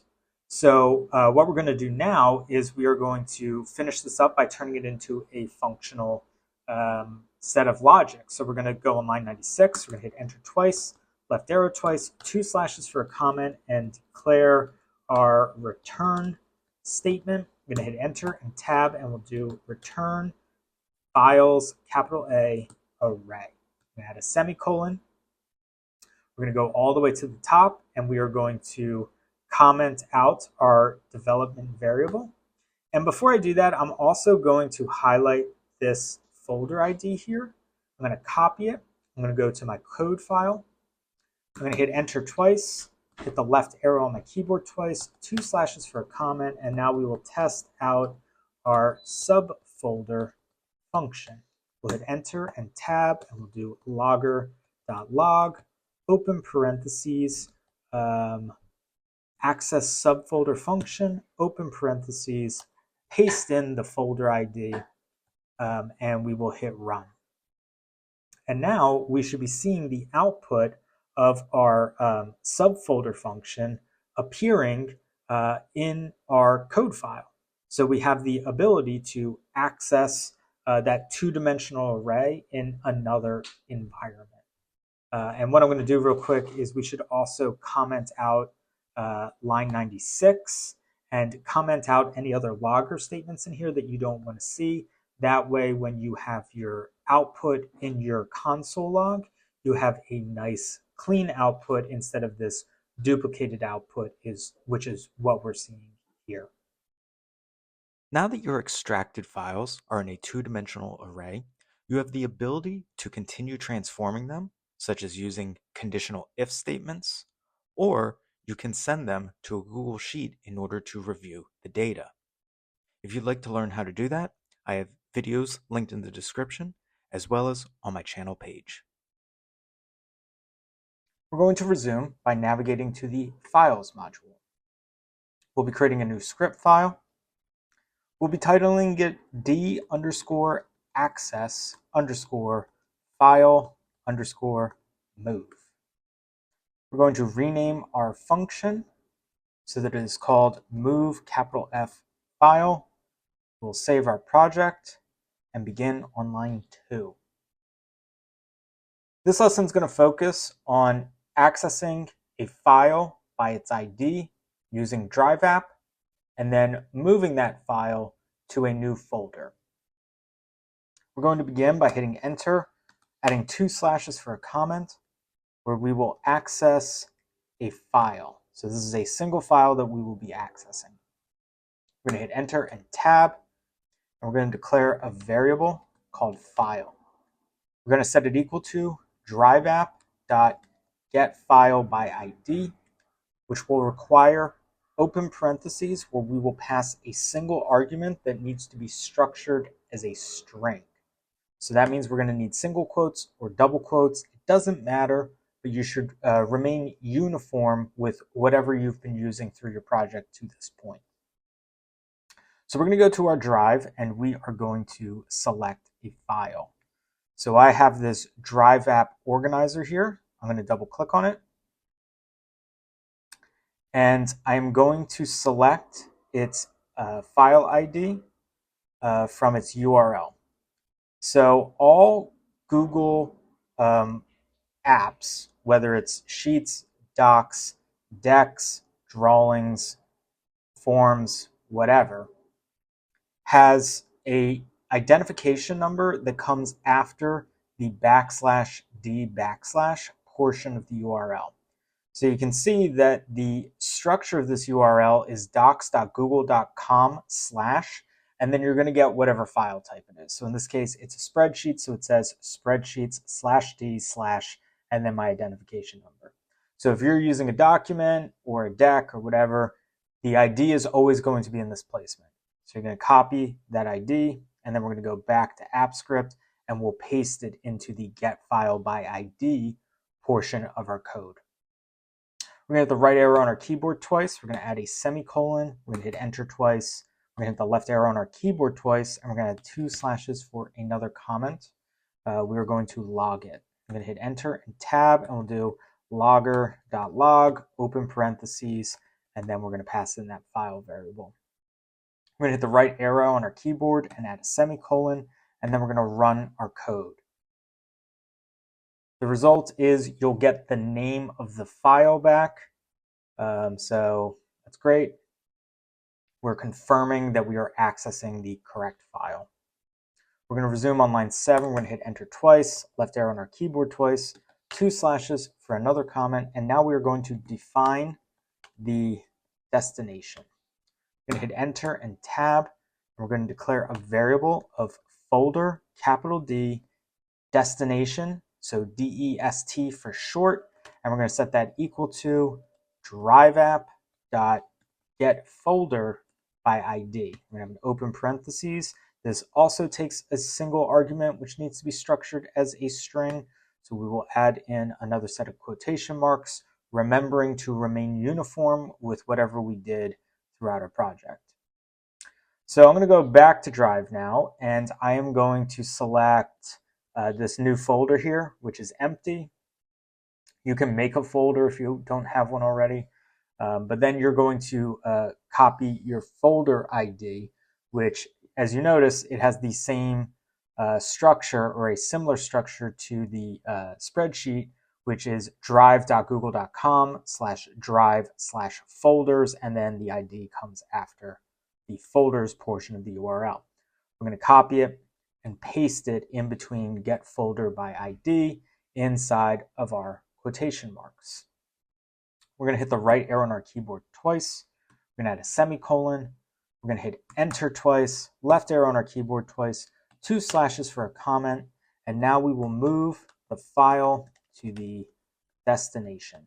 I'm going to hit enter, tab, and we'll use file dot. So file is coming from the variable that we declared on line 4, which is driveapp.getFileById. So we're referencing that variable, and then we're going to use the moveTo method, which requires us to use an open parentheses. And then we need to have our destination structured using driveapp.folder. So we need to identify the folder using driveapp. So you can't just pass a folder ID into the moveTo method. You need to either type out driveapp.getFolderById, or you can store it in a variable the way that we did here. So because we stored it in a variable, we can just type out folder dest, and then we can hit the right arrow on our keyboard and add a semicolon. I'm going to hit enter twice, 2 slashes for a comment, and now we're going to log this so that we have a little bit of transparency into what's happening here. Because if you just do file.moveTo, it'll just happen. It won't say you were successful. So we're going to add in that so that we can kind of see it for ourselves. So we're going to do logger.log, open parentheses, single quote, the file was successfully moved to, and then we're going to have semicolon, and we're going to add in a little space there. We're going to hit space. We're going to use the plus sign, and then we're going to do folder, capital D, DST, dot, get, capital N, name, open parentheses. We're going to hit the right arrow on our keyboard twice. We're going to use a semicolon. We're going to hit save, and then we are going to hit run. So we have to review our permissions because we are attempting to move things, or I think maybe it's because we're trying to get the file by ID here. So we're going to go to advanced, go to unsafe. So it's just saying that now we can see, edit, create, and delete all of your Google Drive files. We're going to hit allow. We're not actually doing that, but it's just saying this code has not been reviewed by Google, and it's opening up lots of possibilities. And now you can see that the file was successfully moved to, and then we have the new folder name. And when I go back there, you can see that DriveApp Organizer now exists in the new folder, and it no longer exists in our parent project folder.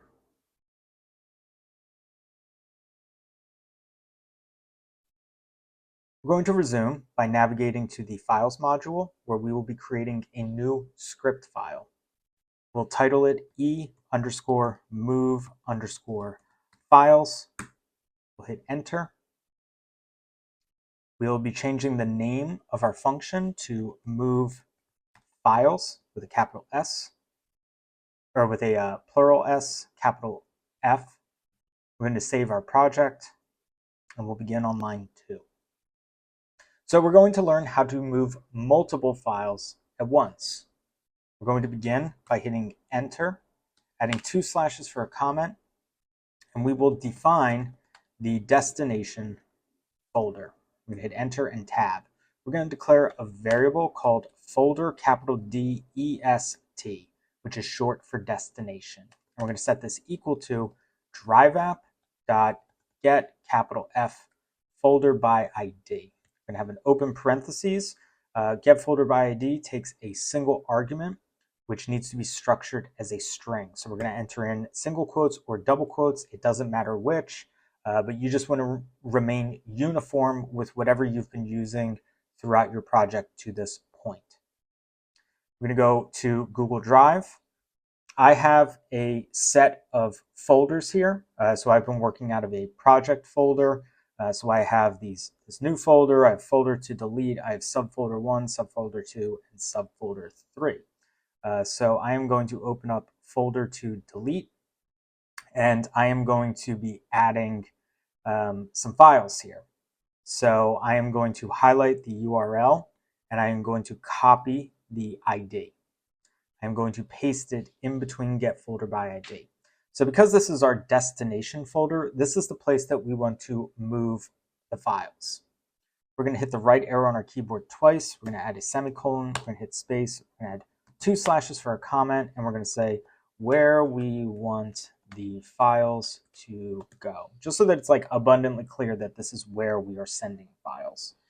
We're going to hit enter twice, left arrow on our keyboard twice, 2 slashes for a comment, and now we are going to access the folder with the files we want to move.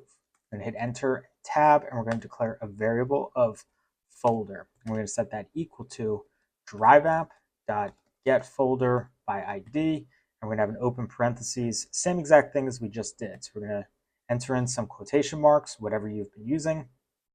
And now we're going to pick a folder with some files that we want to move. So I'm going to pick subfolder 3, which has some stuff in here. And I just want to make a quick note. I'm not like, it doesn't, the name of my folder being like files to delete. We're not learning how to delete files in this. It's just the name that I have. It was the first folder that I had. So that's where I'm moving stuff. So I just don't want any confusion there. We are not deleting files. We are just going to be moving files from subfolder 3 into a new folder. It doesn't matter what it's called. So we're going to go to the URL. We're going to copy the folder ID, and we're going to paste it in between the parentheses in the get folder by ID function that is being used by the folder variable. We're going to hit the right arrow on our keyboard twice, add a semicolon, hit space, and just to make it clear, we're going to say where we are going to get the files to move. We are, you know what, let's remove to move because that's a little confusing, where we are going to get the files. So folder destination is where we want the files to go, and folder is where we are going to get the files. We're going to hit enter twice, left arrow twice, 2 slashes for a comment, and now we are going to collect the files from the folder variable. I'm going to hit enter and tab. We're going to declare a variable called files, and we're going to set that equal to folder.get files. We'll have an open parentheses. We're going to hit the right arrow on our keyboard, and we're going to add a semicolon. We're going to hit enter twice, 2 slashes for a comment, and now we're going to log out the files variable. I'm going to hit enter and tab, and we're going to do logger.log, open parentheses, and then we're going to just write files. We're going to hit the right arrow on our keyboard, and we're going to add a semicolon. We're going to hit run, and the result of this is going to be a file iterator. So if you've been following along or you have experience with the get files or the get folders or the get file or get the folder, all that type of functions, you'll return a file iterator. And that means that you need to loop through your variable in order to access each element of the iterator. So we're going to be needing to use a while loop to do so. And additionally, we are going to be creating an empty array so that we can store our data, because we have more than one file and we might want to construct some conditional logic on top of it. And by putting it into a two-dimensional array, we are providing ourselves the opportunity to do so. We're going to resume on line 13 by hitting enter twice and the left arrow on our keyboard 4 times. We're going to add 2 slashes for a comment, and we are going to create an empty array to store file arrays. We're going to hit enter and tab. We're going to declare a variable called array, and we're going to set it equal to square brackets. We're not going to put anything in there because we are going to push arrays into this array so that we construct a two-dimensional array. We're going to add a semicolon after our last square bracket. We're going to hit enter twice, left arrow on our keyboard twice, 2 slashes for a comment, and then we are going to start using our while loop to access our files. We're going to hit enter and tab, and we're going to do while, open parentheses, files dot has next, open parentheses, no argument will be passed in there. We're going to hit the right arrow on our keyboard twice, space, curly bracket. We're going to hit enter, 2 slashes for a comment. We are going to access the files through a file variable. So we hit enter and tab. We're going to declare a variable of file, which will be set to files.next, and we'll have an open parentheses. With the right arrow on our keyboard, add a semicolon, hit enter twice, left arrow on our keyboard twice, 2 slashes for a comment, and now we're going to create an empty array to store file data. We're going to hit enter and tab. We're going to do var array, capital F, files, and we're going to set that equal to square bracket. We're going to hit the right arrow on our keyboard, add a semicolon, we're going to hit enter twice, and then we are going to add 2 slashes for a comment where we will say push each file name, ID, and type to the file array. So we're going to hit enter and tab. So you know what we're going to do? We're going to go back to line 21. I'm going to hit enter once, 2 slashes for a comment, and we're going to log out the file variable. We're going to hit enter and tab. We're going to do logger.log, open parentheses, and then we're just going to pass in file. We're going to add a semicolon. We're going to hit save. So I just want you to see what's going on here. So the first thing that's going to pop up in our logs is going to be logger.log files. So that's going to give us the output from this files variable right here, which is going to result in a file iterator. That's why we've constructed this array variable as well as this while loop. So in order to access each element of the file iterator, we have to use while with has next on files. Then we're saving files.next as a file variable. Really, we're storing it as a file variable, and then we're going to log out each file. So once our file variable is logged, you're going to see each of the file names that exist in the folder that you are referencing in line 7 here. So for me, it'll be 3 file names, which I think are like hi, howdy, and something else. So the reason that we put this logger.log in here is for transparency, so that you can follow along and make sure that this is doing what you want it to do. And as long as you are returning the names of the files in your folder, then you can move forward with pushing the name, ID, and type into this file array, which will eventually be pushed into the var array, which will result in a 2-dimensional array with data.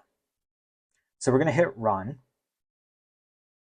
And you can see that I am getting file iterator, howdy, hi, and hello. And when I go back to my drive, you can see that I have hello, hi, howdy. So I have successfully accessed the subfolder 3 files, and I have successfully iterated through them so that I am individually accessing each of them.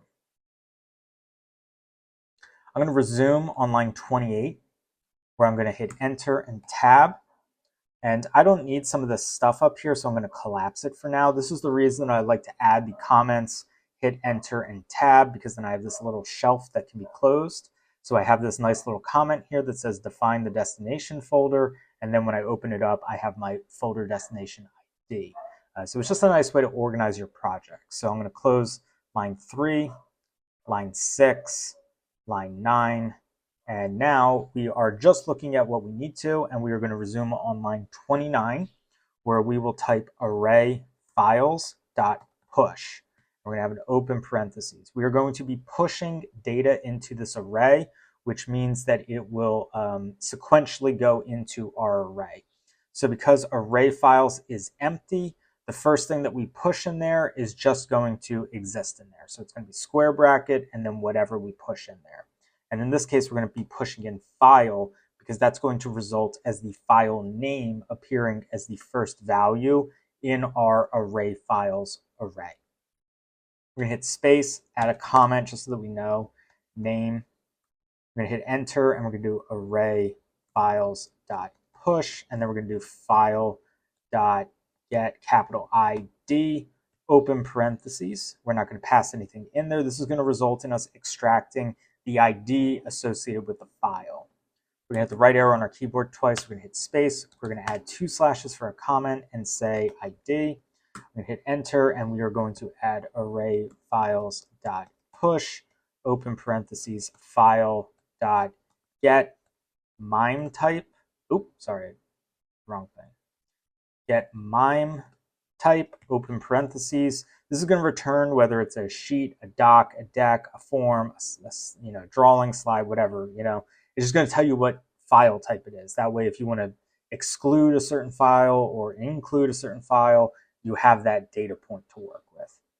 We're going to hit the right arrow on our keyboard twice, hit space, 2 slashes for a comment, and we'll say type. We're going to hit enter twice, 2 slashes for a comment, and now we're going to log out the array files. We're going to hit enter and tab. We'll do logger.log, open parentheses, array files. We're going to hit the right arrow on our keyboard, and we are going to use a semicolon. We're going to hit run to make sure that this is doing what we want it to do. So that first argument is coming from when we log out our files variable. We are then using our while loop in order to access each element of our file iterator, in this case, a file. And you can see that when we run the first loop, the first while loop, we return the howdy file. And then when we use array.push file, file.getID, file.get mime type, you can see that we log out the array files, we're getting an array that says howdy, our ID, and then the type. And the same thing happens for hi and hello. So we now have arrays for all of our files, right? So these arrays are created each time the while loop runs.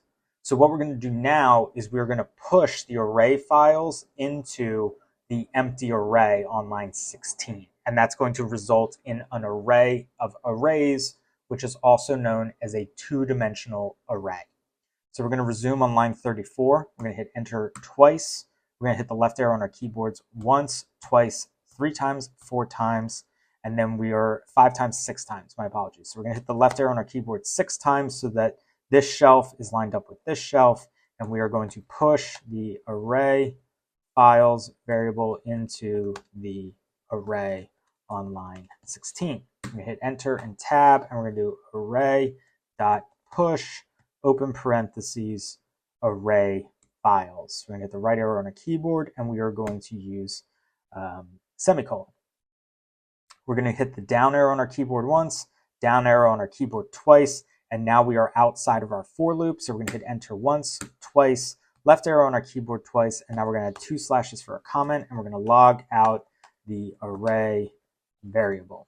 We're going to hit enter and tab, and we're going to do logger.log, open parentheses, array. We're going to hit the right arrow on our keyboard, and we're going to add a semicolon.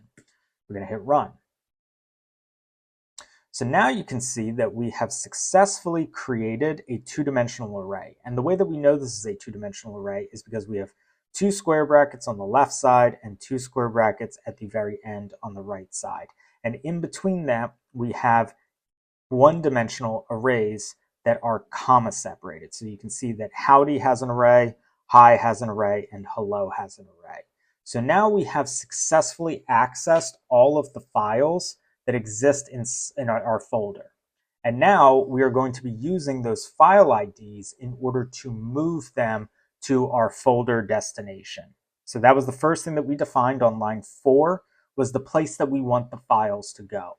So instead of us manually typing out, move this file here, move this file here, we are going to use a for loop to iterate through our array, our two-dimensional array. And we're going to be using the second element of each array in order to use the ID of the file to move it to the folder destination. So we're going to wrap up by going to line 42, hitting enter twice, left arrow on our keyboard twice, and now we will loop through the array variable on line 16. Then hit enter and tab. And I'm going to close up my while loop because we don't need it anymore. This way we have a nice clean environment to work in. And we're going to do for open parentheses I in array. We hit the right arrow on our keyboard. We're going to hit space. We're going to use opening curly brackets. We're going to hit enter. And we are going to add 2 slashes for a comment where we will move the files using their ID. We're going to hit enter and tab, and we are going to start by typing in DriveApp.get file by ID, open parentheses. We're going to reference array square bracket I. This is going to access the first dimension of our two-dimensional array, which is the which is the array that you want to access. We're going to go to the right of that, and then the next thing that we're going to enter is the element of each array that we want to access. In this case, it is element 2. The reason that we are entering in 1 for the second element is because arrays are 0 indexed. So that means that the first array is 0 and the first element is 0. The second element is 2 and the third element is, the second element is 1 and the third element is 2. Let me just repeat that because I tripped up a little bit. Arrays are 0 indexed. The first element in your array is represented by 0. The second element is represented by a 1. And the third element is represented by a 2. So this array here is array 0. And then the next array is 1. And then the next array is 2. Same thing in here though. Hi is 0. ID is 1. Type is 2.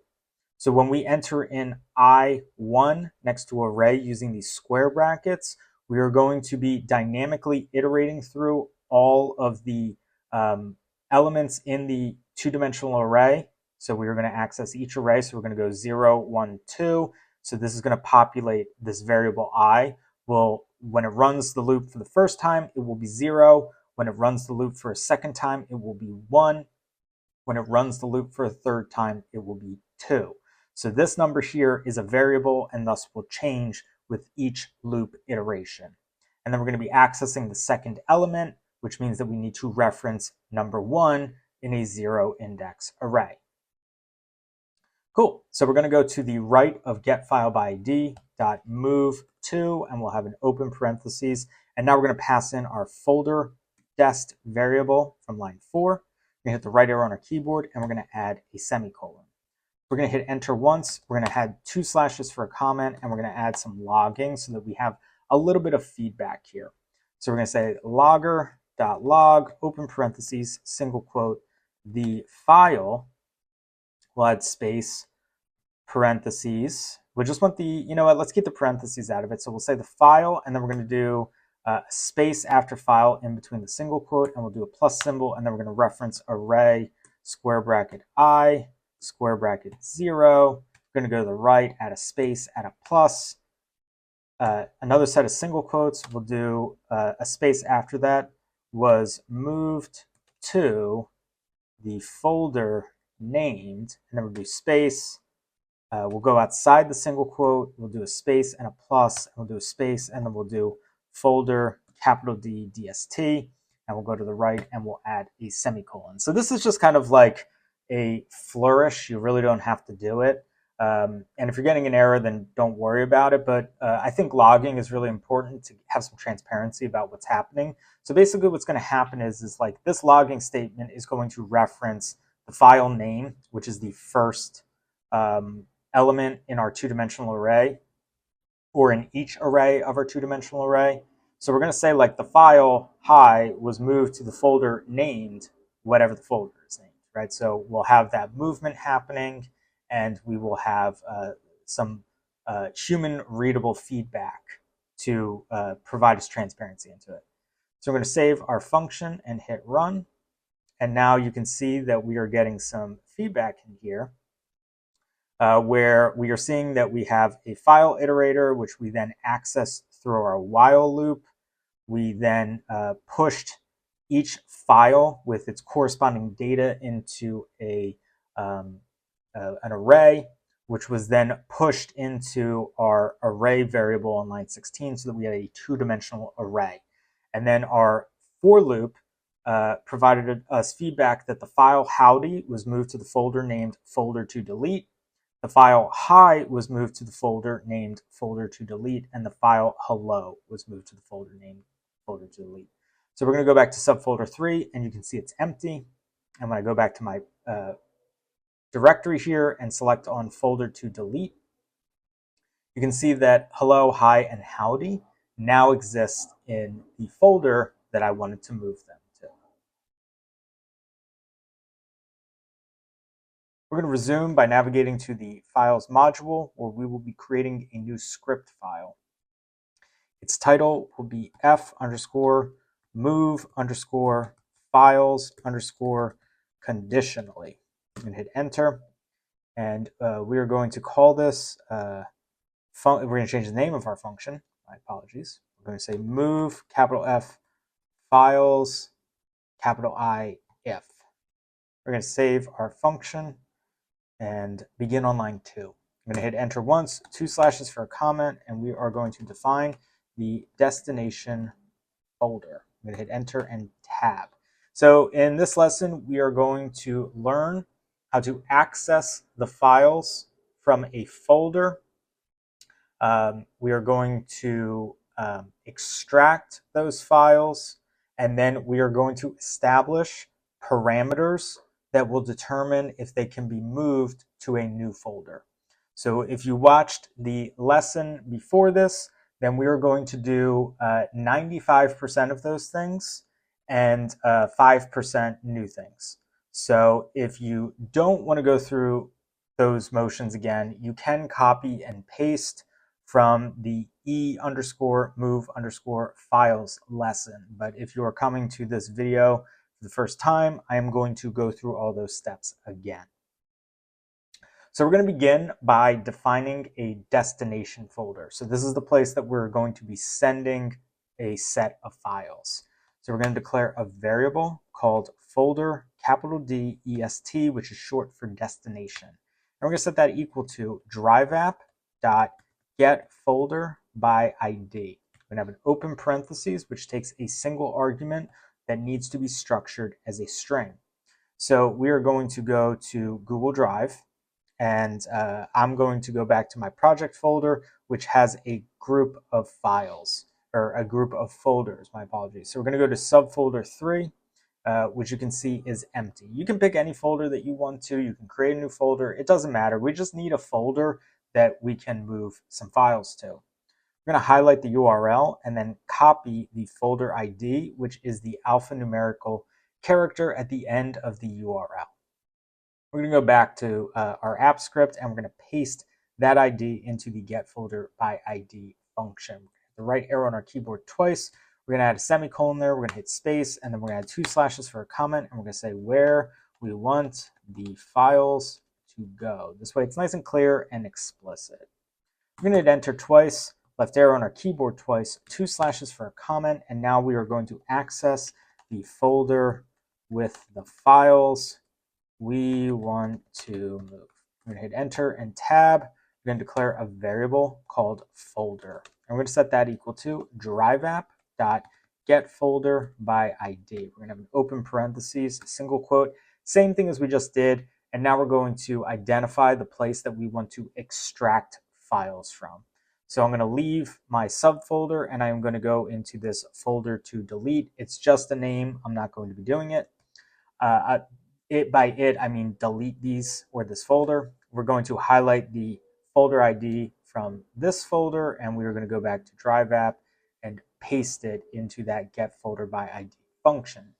We're going to hit the right arrow on our keyboard twice, semicolon, space, 2 slashes for a comment, and then we're going to say where we get the files from.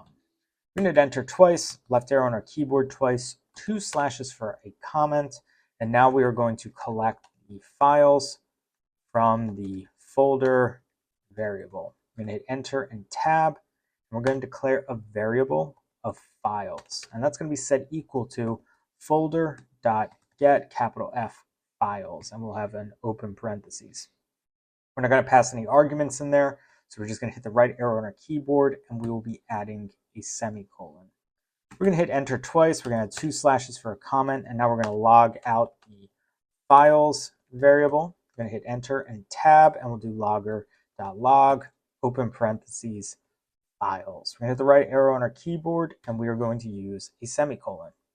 We're going to run our function now, and you should see file iterator.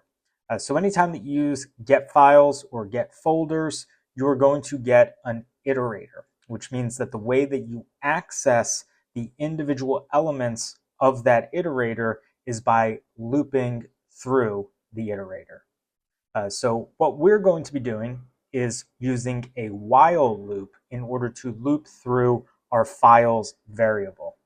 Additionally, we are going to extract data about the files, such as its name, its identification number, as well as its file type, so that we can construct an array of data. So we're going to have comma-separated values that associate those data points to one another.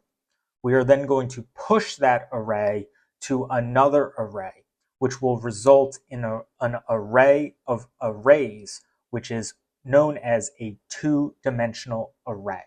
And the reason that we want to build out a two-dimensional array is because we want to loop through each element or each array within our two-dimensional array in order to identify if the thing that we are looping through meets a certain condition. In this case, we are going to be evaluating the file type of our files.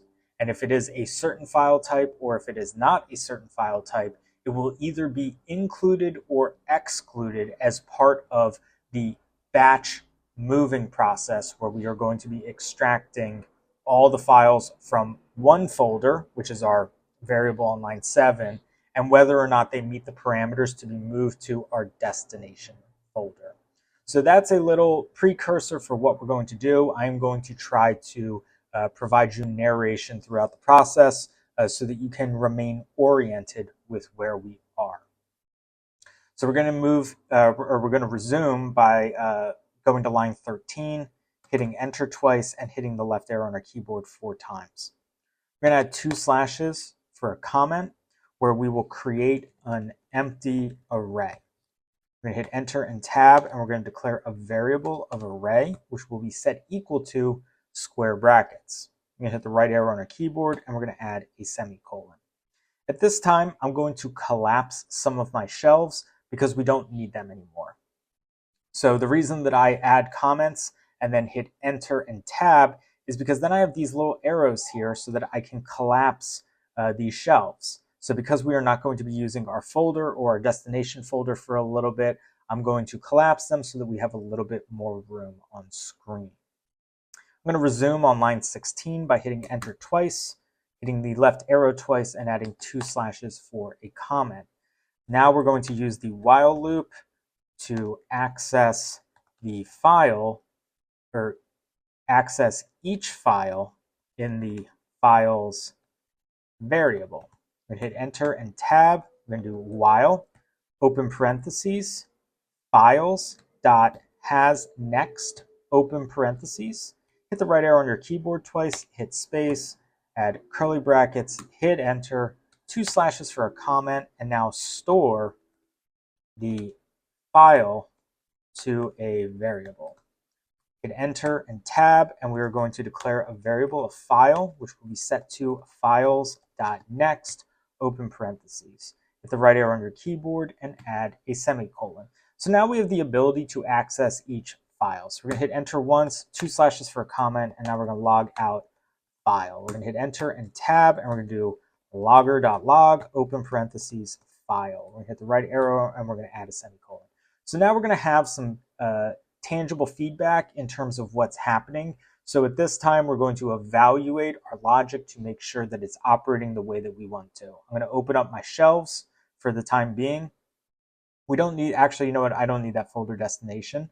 So what we're going to be doing is line 7 is going to access the folder with the files that we want to move.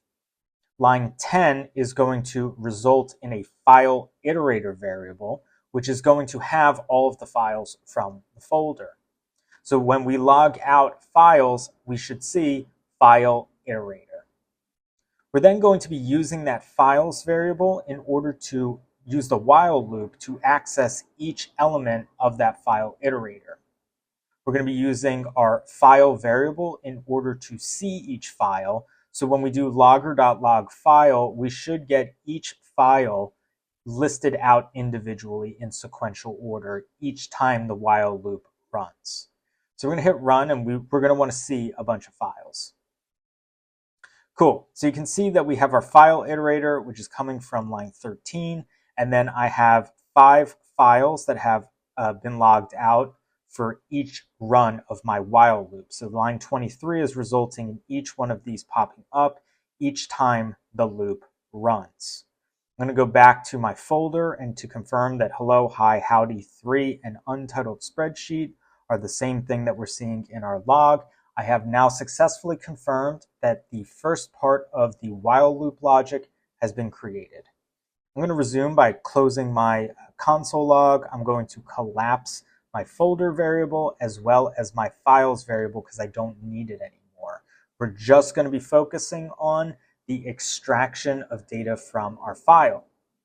So we're going to resume on line 23 by hitting enter twice and the left arrow on our keyboard 4 times. We're going to add 2 slashes for a comment, and we are going to create an empty array to store file data. I'm going to hit enter and tab, and we're going to declare a variable called array capital F files. And we're going to set that equal to empty square brackets. We're going to hit the right arrow on our keyboard and add a semicolon. We're going to hit enter twice, add 2 slashes for a comment, and now we are going to push the file name, ID, and type to the array files variable. I'm going to hit enter and tab.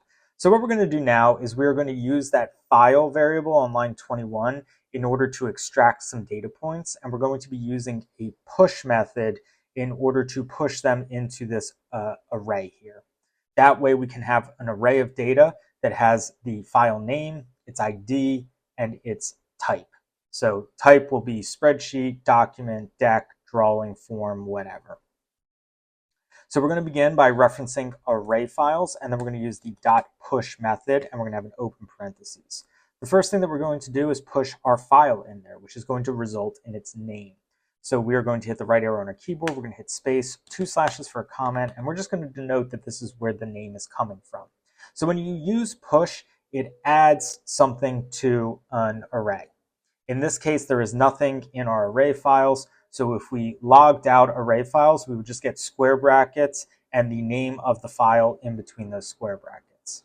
We're going to hit enter, and we're going to use array files.push again, and we're going to use empty parentheses, and we're going to reference our file variable, but now we're going to use a dot method in order to use .getID with an open parentheses. This is going to result in us getting the ID of the file. So when we hit, so we're going to hit the right arrow on our keyboard twice, hit space, 2 slashes for a comment, and we're just going to denote that this is where the ID is coming from. So when we push ID in after file, it will result in those two elements being comma separated. So we're going to have square bracket, file name, comma, and then the file ID.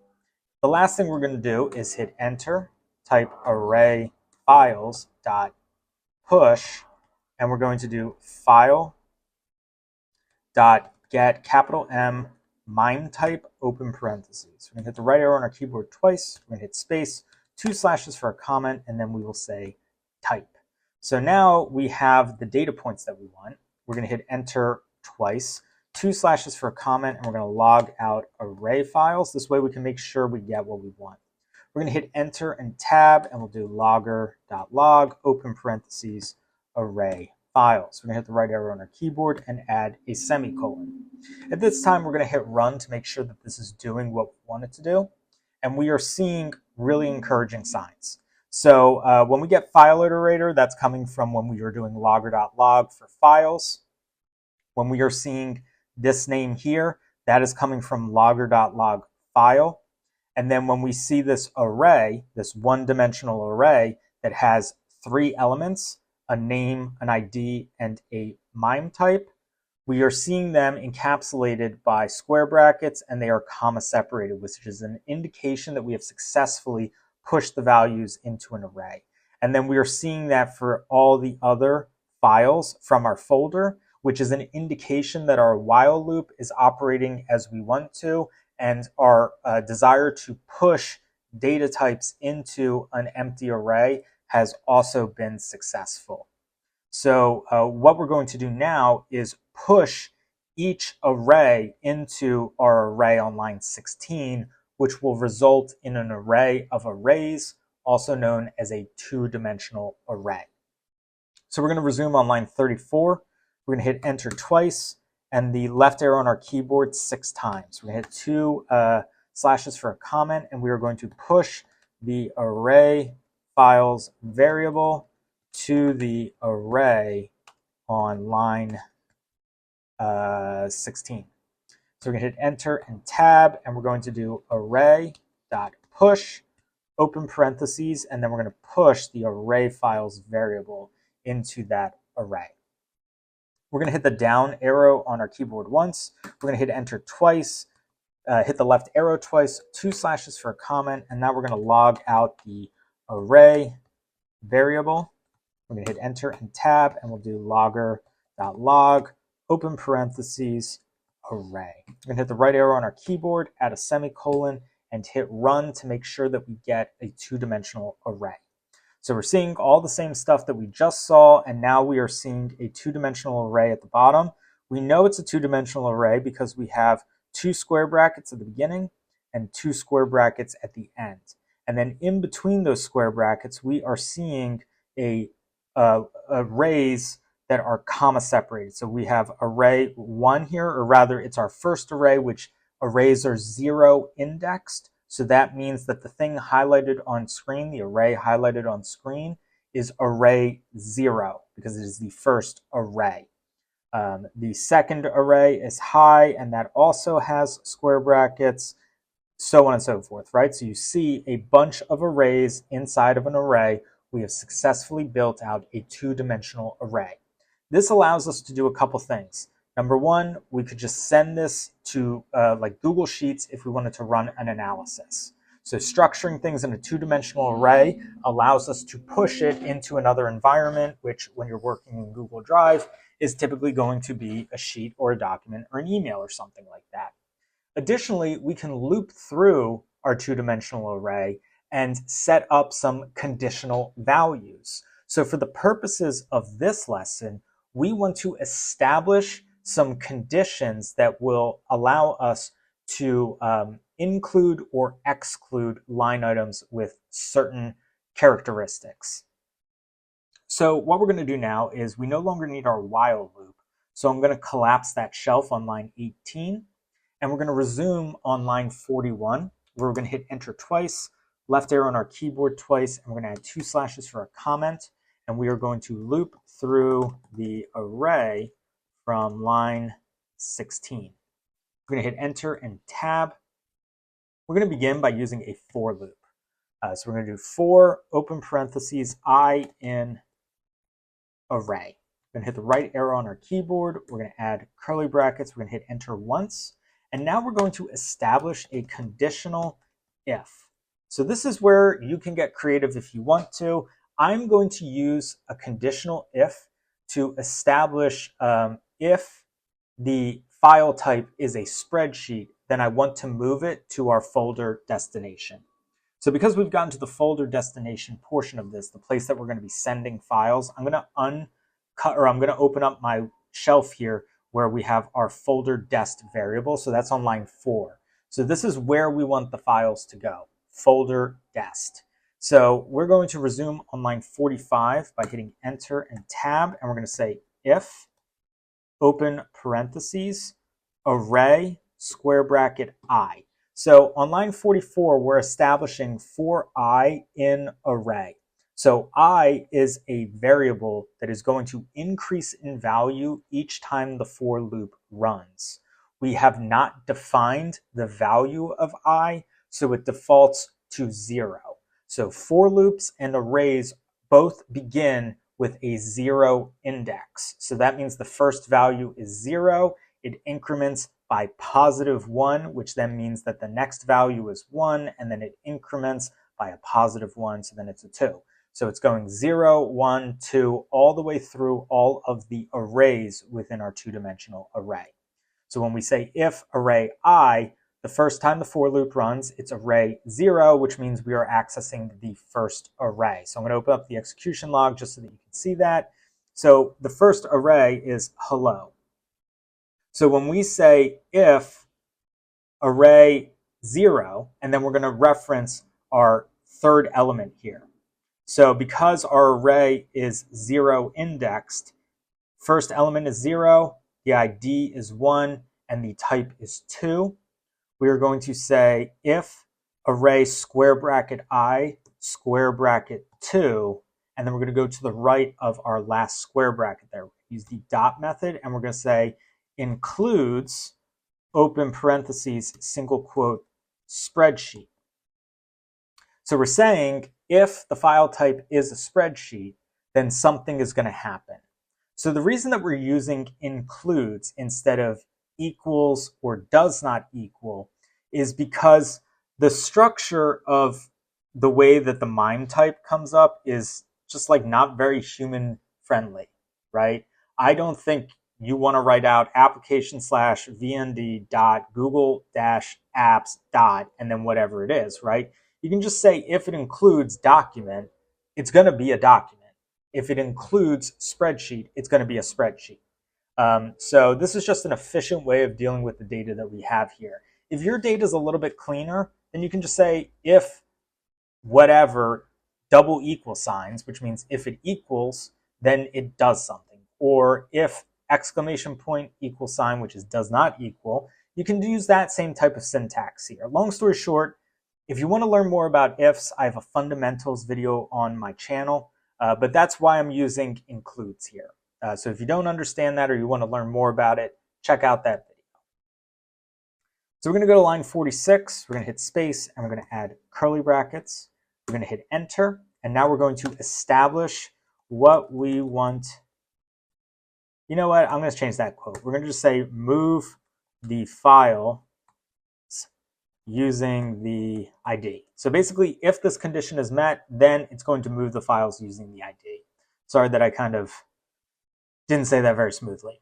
So we're going to resume on line 48 by saying DriveApp.getFile by ID, and we're going to use open parentheses, and we're going to reference array square bracket I.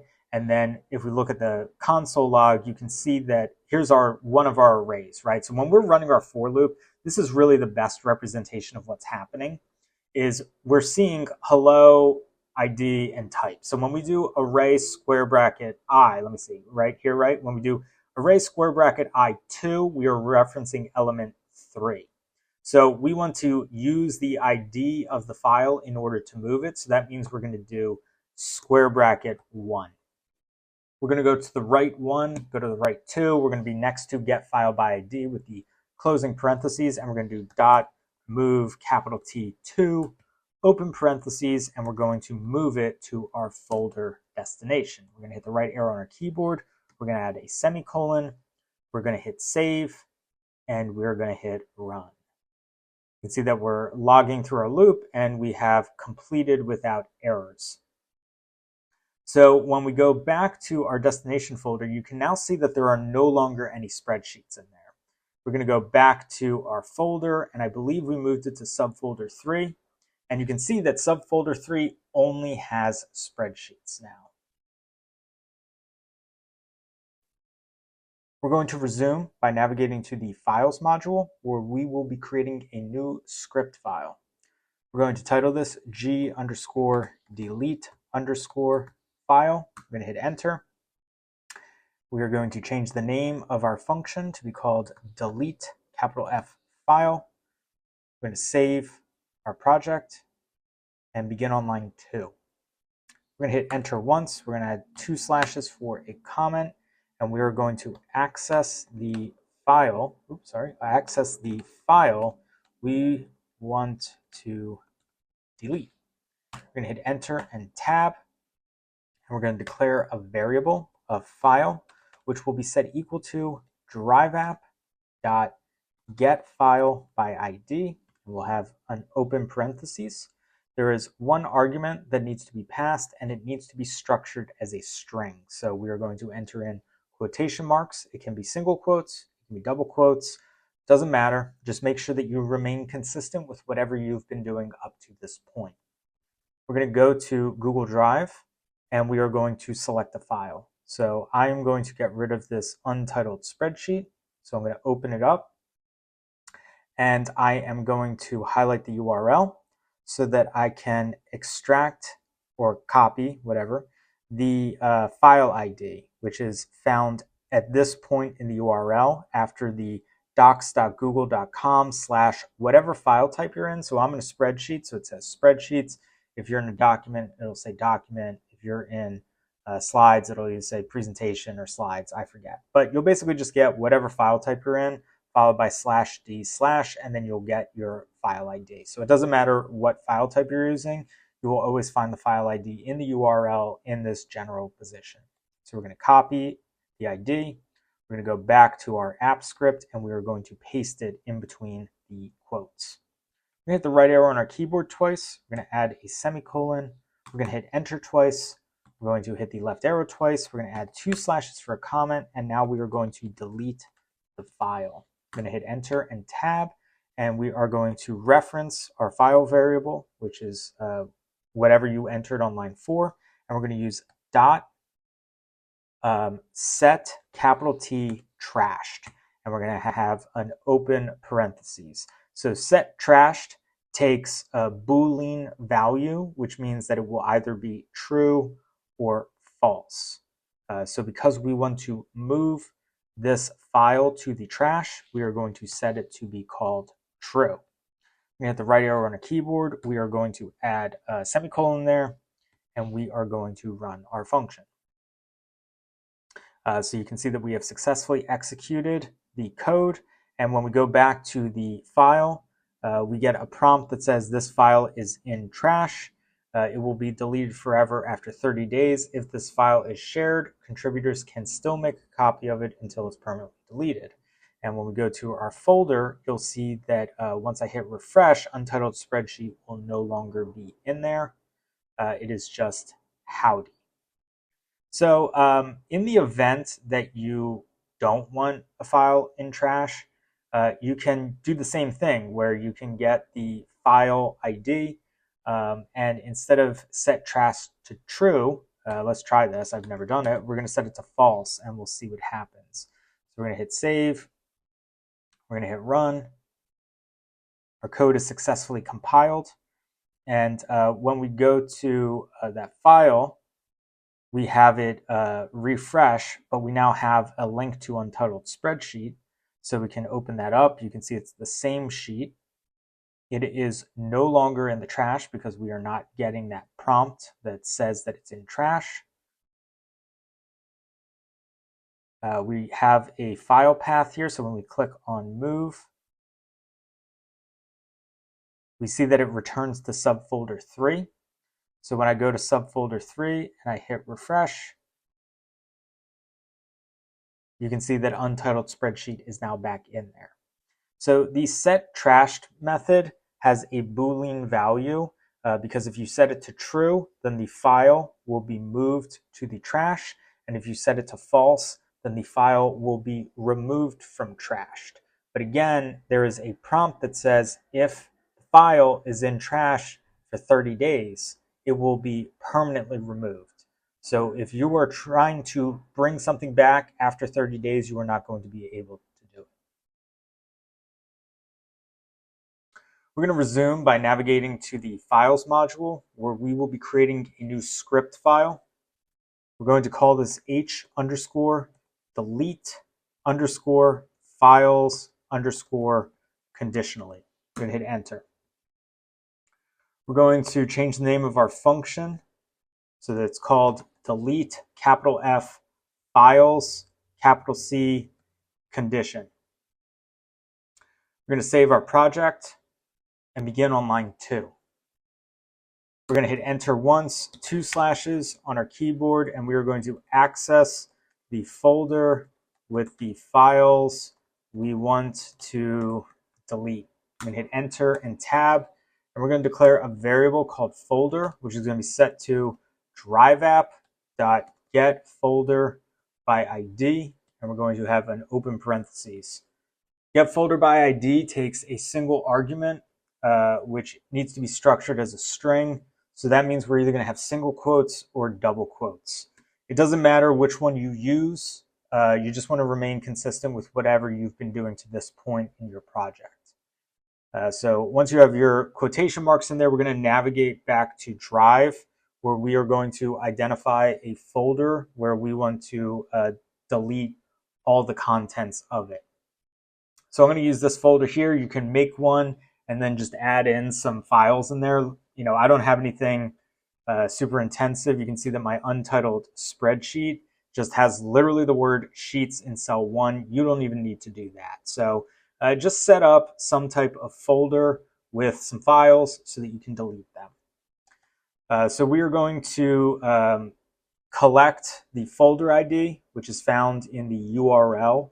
So anytime you want to access an ID for a Google Drive folder or file type, whether it's a sheet, a document, whatever, it's going to be in the URL, and it's going to be an alphanumeric character like this.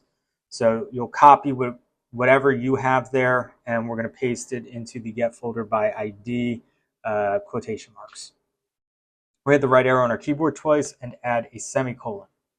We're going to hit enter twice. We're going to hit the left arrow on our keyboard twice. We're going to add 2 slashes for a comment where we will access the files. We're going to hit enter and tab, and we're going to declare a variable of files. And we're going to set that equal to folder.get F files, and we'll have open parentheses. We're going to hit the right arrow on our keyboard, and we're going to add a semicolon. We're going to hit enter twice, 2 slashes for a comment, and now we're going to log out the files variable. So we're going to hit enter and tab. We're going to use logger.log, open parentheses, and then we're going to pass in that files variable from line 7. We're going to hit run so that we can see what we get. And if you've been following along with the series, you know that when you use get files or get folders, you get an iterator response. So you can see in my console log, I have the word file iterator. That means that in order to access the files, I'm going to have to loop through them, and I'm going to need to use a while loop. So because our ambitions are to delete multiple files, we are going to need to extract the file IDs in order to pass them into the methods that we want to use. So we are going to resume on line 10, and we're going to hit enter twice, and then we're going to hit the left arrow on our keyboard 4 times. We're going to add 2 slashes for a comment, and then we are going to create an empty array to collect the file arrays. We're going to hit enter and tab, and we're going to declare a variable of array which is going to be set equal to empty square brackets. We're going to hit the right arrow on our keyboard, and we are going to add a semicolon. So what's going to happen is we are going to use the while loop to access each file from the files variable. We're going to extract some data that we need, like the name, the ID, and the file type, and then we're going to store it into an array. And then we're going to push that array into the array on line 13 so that we have an array of arrays, which is also known as a two-dimensional array. And once we have a two-dimensional array, we'll have the ability to loop through each array within the two-dimensional array. We can then leverage some of the data points, such as the file type, in order to set conditions to determine if the file should be deleted or not. So we're going to resume on line 13 by hitting enter twice and the left arrow on our keyboard twice. And we're going to add 2 slashes for a comment where we will loop using while to access each file. We're going to hit enter and tab, and we are going to use the while loop in order to loop through the files variable. So we're going to use files.has capital N next, and we're going to have empty parentheses where we are going to access each element of the file iterator. So we're going to hit the right arrow on our keyboard twice, we're going to hit space, and we are going to have open curly brackets. We're going to hit enter once, add 2 slashes for a comment, and now we are going to say store each file to the variable. We're going to hit enter and tab, and we're going to declare a variable of file, which is going to be set equal to files.next. We're going to have an open parentheses there. We're going to hit the right arrow on our keyboard, and we are going to add a semicolon.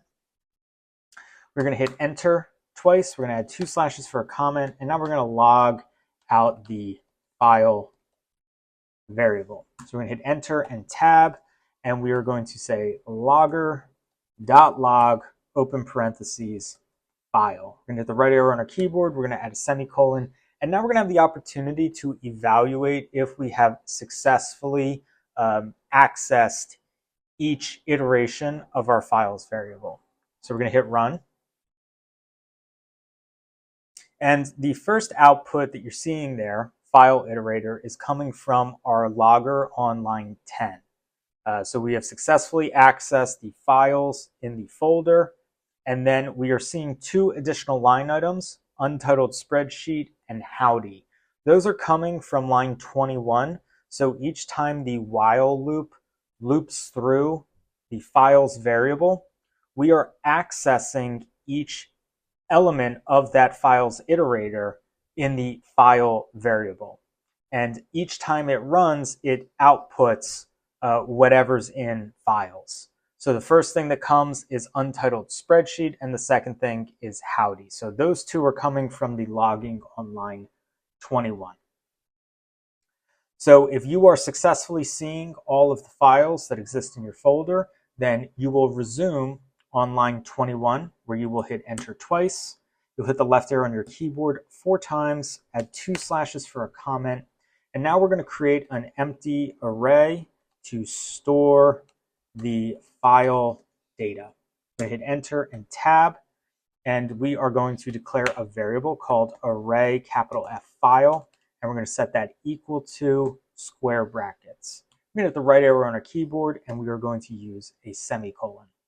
We're going to hit enter twice, and we're going to add 2 slashes for a comment, and we will now push the file data into the array file variable. I'm going to hit enter and tab. So we're going to reference array capital F file, and then we're going to use the .push method with an open parentheses. We're going to begin by passing in the file variable, which will result in the file name being pushed into the empty array. So when you use push, you add something to an array. It has to be an array when you use push. So when you push something into an empty array, the the result will be square bracket, and then in this case, the file name. So we are going to hit the right arrow on our keyboard. We're going to hit space. We're going to add 2 slashes for a comment, and we're just going to denote that this line is where we are populating the name. We're going to hit enter, and then we are going to reference array file again. We're going to use the push method again, and this time we're going to use file.getID. We're going to have an open parentheses there. We are not passing any arguments to this function. We're going to hit the right arrow on our keyboard twice, hit space, add 2 slashes for a comment, and denote that this is where the ID is coming from.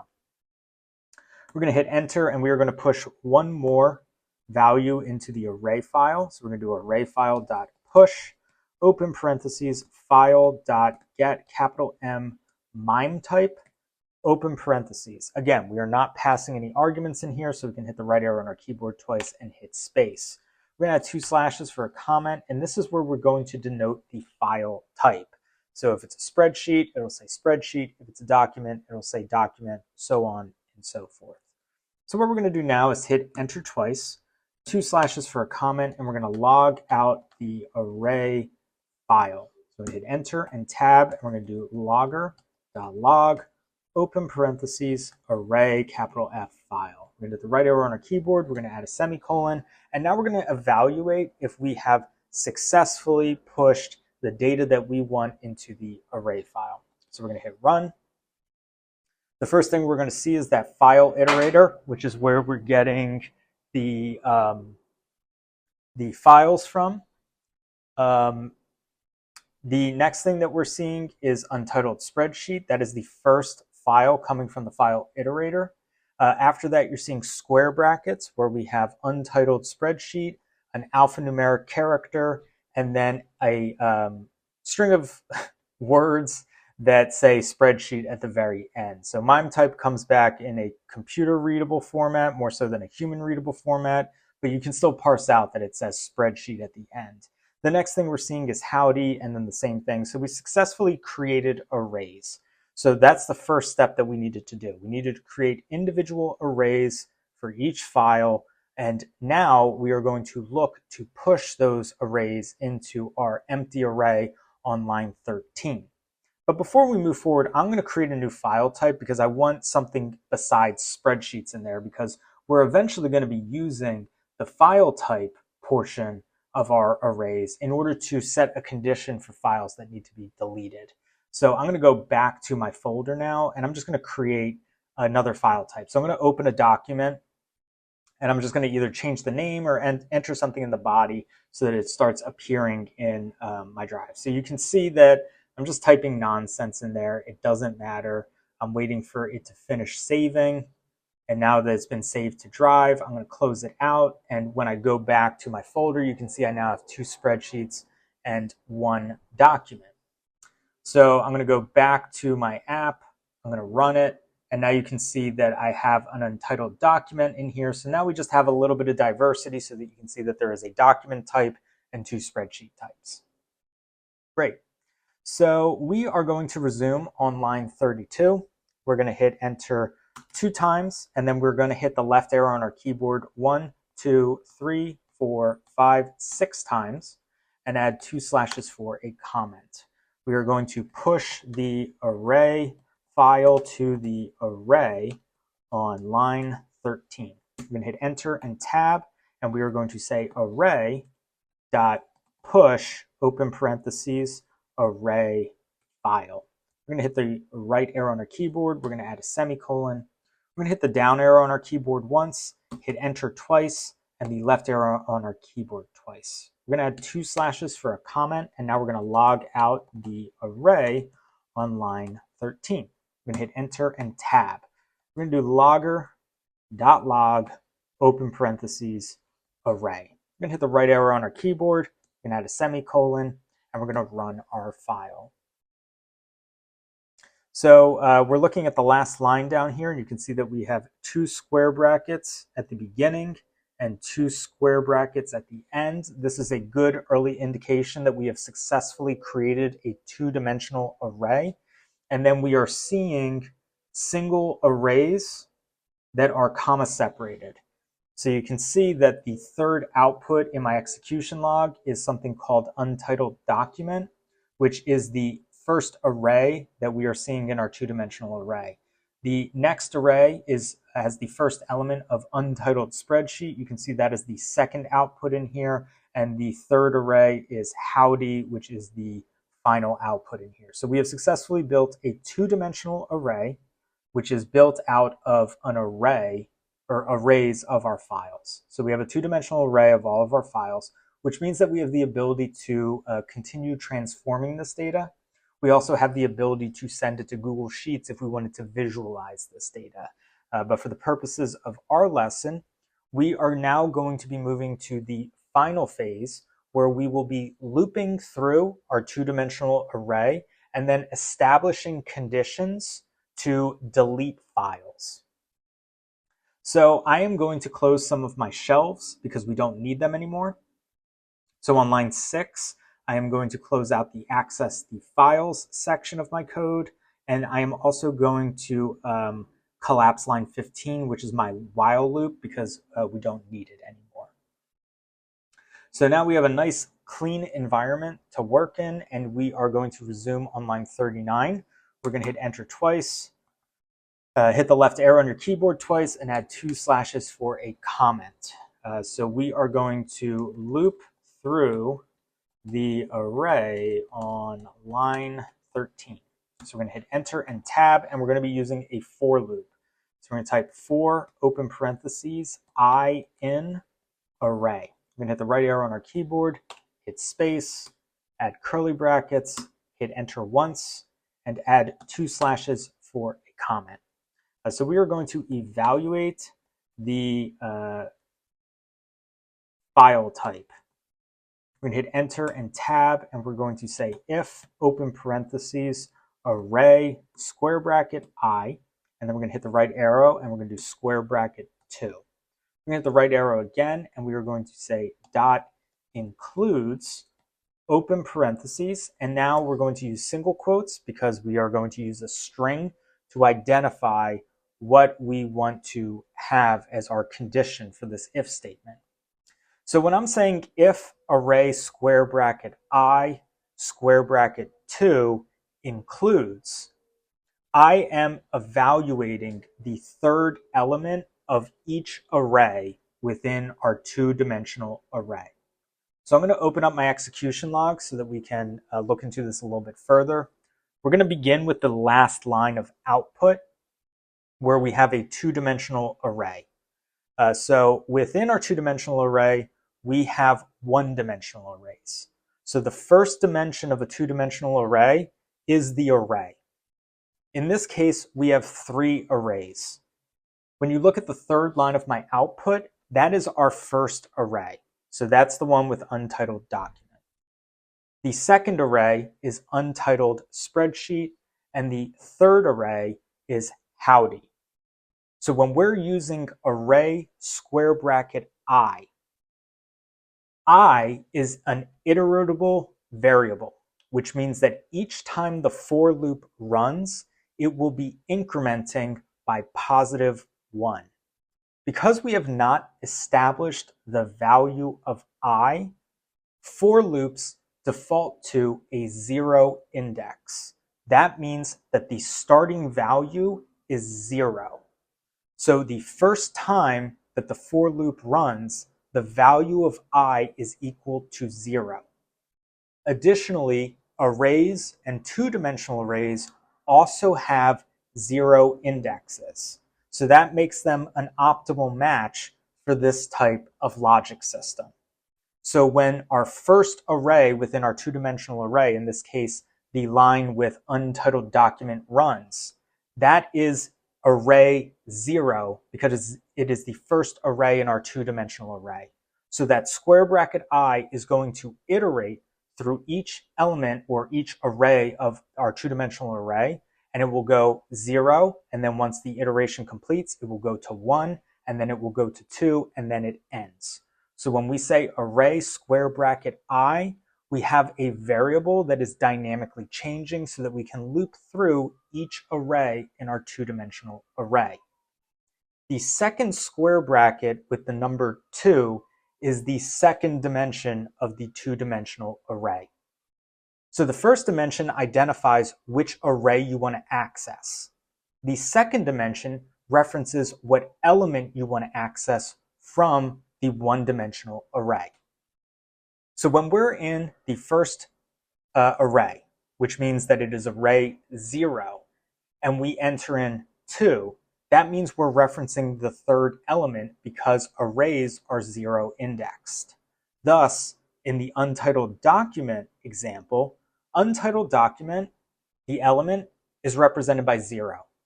The ID, the second element, is represented by 1, and the file type is the third element. It is represented by a 2. So when we're saying if array square bracket I square bracket 2 dot includes, we are setting ourselves up to have the opportunity to define a file type. So in this case, I'm going to say if it includes single quotes document. I'm going to hit the right arrow twice. I'm going to hit space, and I'm going to add curly brackets. I'm going to hit enter once.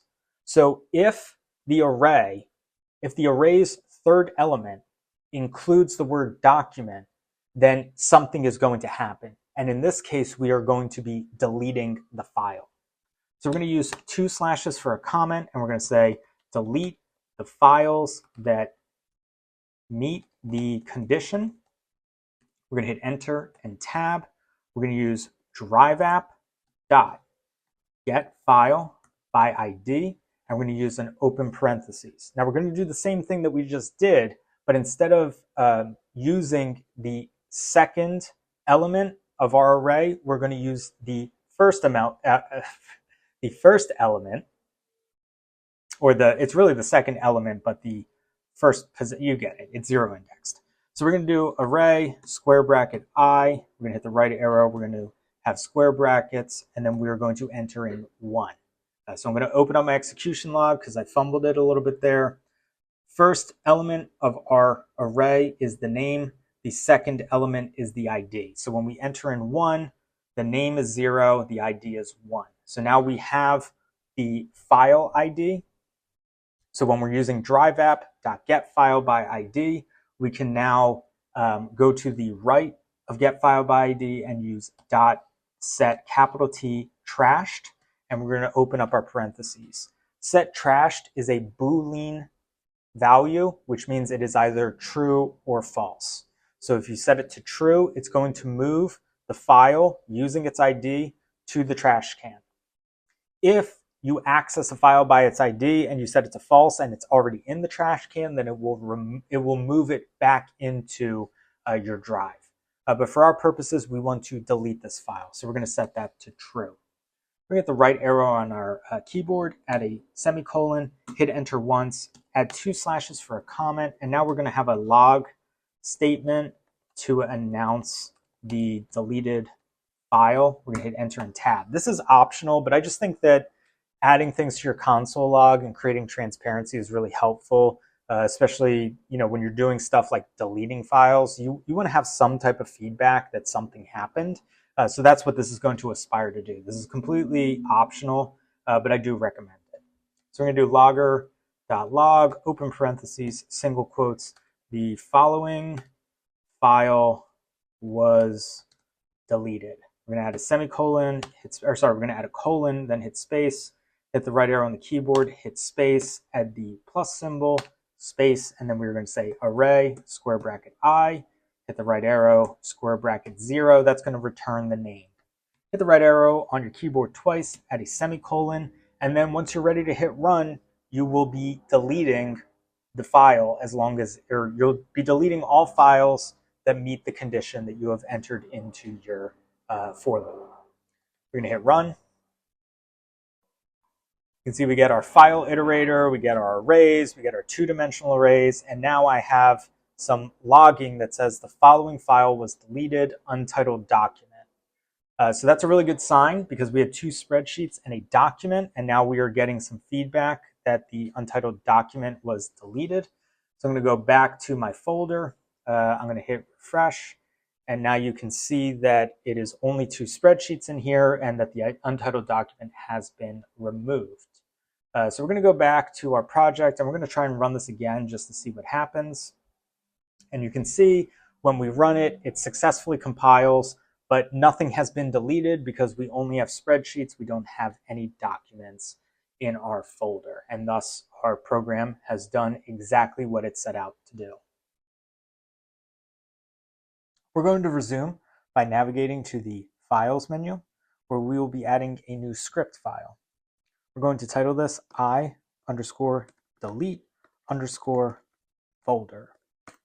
We're going to hit enter. We're going to change the name of our function to delete_F folder. We're going to save our project and begin on line 2. We're going to hit enter once, add 2 slashes for a comment, and now we are going to identify the folder we want to delete. I'm going to hit enter and tab. We're going to declare a variable of folder, and we're going to set that equal to DriveApp.getFolderById. We're going to have an open parentheses. GetFolderById takes a single argument, which needs to be structured as a string. So we're going to add single quotes or double quotes, doesn't matter which, just make sure that you remain consistent with whatever you've been doing to this point. We're going to go back to our drive where we're going to want to have a folder that we want to delete. So in this case, I'm in a project folder and I have the subfolder 3. So actually, you know what? I'm going to go back to my project folder because I literally have a folder called folder to delete. I have 3 files in here. I want to delete all of the files. So I'm going to highlight the URL and then I'm going to copy the alphanumeric string at the end, which represents the folder ID. So I'm going to copy that to my clipboard. I'm going to go back to my app script. I'm going to paste it in between the quotation marks. I'm going to hit the right arrow on my keyboard twice. I'm going to add a semicolon and I'm going to hit enter twice. I'm going to hit the left arrow on my keyboard twice and then add 2 slashes for a comment. Now we are going to delete, or rather move the folder to the trash. So we're going to hit enter and tab. And we're going to reference that folder variable. We're going to use the dot method and we're going to say set trashed. And we have an open parentheses. Set trashed is a Boolean function, which means you either enter the value of true or false. So because this folder is in our drive and we want to move it to the trash, we are going to enter true. And hit the right arrow on our keyboard and we're going to add a semicolon. We're going to save our project and now we're going to hit run. Our script compiles successfully, and when we go back to drive, you can see that we've been moved to trash. So you can see that we say this folder is in trash. To view this folder, you'll need to restore it from your trash. So you can either hit restore or cancel depending upon what you want to do. If you hit cancel, then the folder will remain in trash, and if you hit restore, it will go back to where it was. Now, if you would like to remove files from your trash, then all you have to do is the same thing. You get the folder by ID. So in this case, our folder is in trash, so it's folder to delete. And you can reference that folder variable, and instead of saying set trash to true, we can change it to false. And when we run our code, you'll see that it compiles successfully. And when we go back to our trash can, you can see that it is no longer there. So if I hit the back arrow on my browser window, you can see that now folder to delete has returned to our project folder, and it was last modified just a moment ago. So the set trashed method allows you to set things to being in the trash can or being removed from the trash can. The one caveat with that is that if something is in your trash can for 30 days, then it is deleted permanently. So if you do want to programmatically or dynamically remove things from the trash, you need to do so before it hits that 30-day window. We're going to resume by navigating to the Files module, where we will be creating a new script file. We're going to title this J_delete_folders. We're going to change the name of our function to be called delete_F folders. We're going to save our project, and we're going to begin on line 2. We're going to hit enter once, add 2 slashes for a comment, where we will identify the parent folder with the folders we want to delete. We'll hit enter and tab. We're going to declare a variable of folder, and we're going to set it equal to DriveApp.getFolderById. We're going to have an open parentheses. GetFolderById takes a single argument, which needs to be structured as a string. So that means you have to have single quotes or double quotes. It doesn't matter which one you choose, but you want to remain consistent with whatever you've been using up to this point in your project. I'm going to enter single quotes, and now we're going to navigate to our drive, where we will access the folder ID of the folder that has subfolders that we want to delete. So you can see that I've been working out of a folder called project folder that has 5 subfolders within it. I'm going to highlight the URL, which contains the folder ID. So I'm going to copy the alphanumeric string at the end of the URL, and I'm going to copy it. I'm going to go back to AppScript, and I'm going to paste that ID into getFolderById. I'm going to hit the right arrow on my keyboard twice, and I'm going to add a semicolon. I'm going to hit enter twice, left arrow twice, 2 slashes for a comment, where we will extract the folders we want to delete. I'm going to hit enter and tab. And we're going to declare a variable called subF folders. And we're going to set that equal to folder.getF folders plural. We're going to have an open parentheses. We are not going to pass any arguments to this, so we're going to hit the right arrow. And we're going to add a semicolon. We're going to hit enter twice, 2 slashes for a comment, and now we're going to log out the subfolders variable. We're going to hit enter and tab. We're going to do logger.log, open parentheses, subfolders. We're going to hit the right arrow on our keyboard, and we're going to add a semicolon. At this time, we're going to run our function. And the output is going to give us a folder iterator. So if you've been following along with this series, you know that anytime we use get files or get folders, we end up with an iterator. And that means in order to access the individual elements of that iterator, we're going to have to use a while loop. So we're going to close our execution log, and we're going to resume on line 10, where we're going to hit enter twice. We're going to hit the left arrow on our keyboard 4 times. We're going to add 2 slashes for a comment. And now we are going to use a while loop to access our subfolders. So we're going to hit enter and tab, and we're going to do while with an open parentheses. And we're going to say subfolders.hasNext. We're going to have an open parentheses. We're going to hit the right arrow on our keyboard twice. We're going to hit space, and we're going to have an empty set of curly brackets. We're going to hit enter once, and we're going to add 2 slashes for a comment, where we will store the subfolders to a folder variable. So we're going to hit enter and tab, and we're going to declare a variable called folder. And we'll set that equal to subfolders.next with an open parentheses. We're going to hit the right arrow on our keyboard, and we're going to add a semicolon. So we are redeclaring the variable folder on line 4. It is representing our parent folder. But now that we're within our while loop, we can redeclare folder because we are referencing subfolders.next. However, that means from this point forward, when we use the word folder, we are no longer referencing our parent folder. So if you have aspirations of using the parent folder in some capacity, then you're going to need to set up different verbiage than what I have chosen for this project.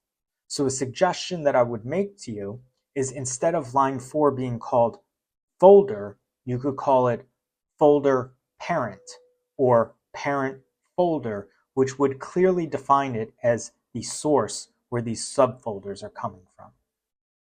I have no aspirations of using the parent folder anymore now that I've accessed the subfolders that I want to delete. So I am going to resume from line 15, where I'm going to hit enter once. I'm going to add 2 slashes for a comment, and I am going to log out the new folder variable from line 15. I'm going to hit enter and tab, and I'm going to declare a logger.log statement where I will pass in that folder variable.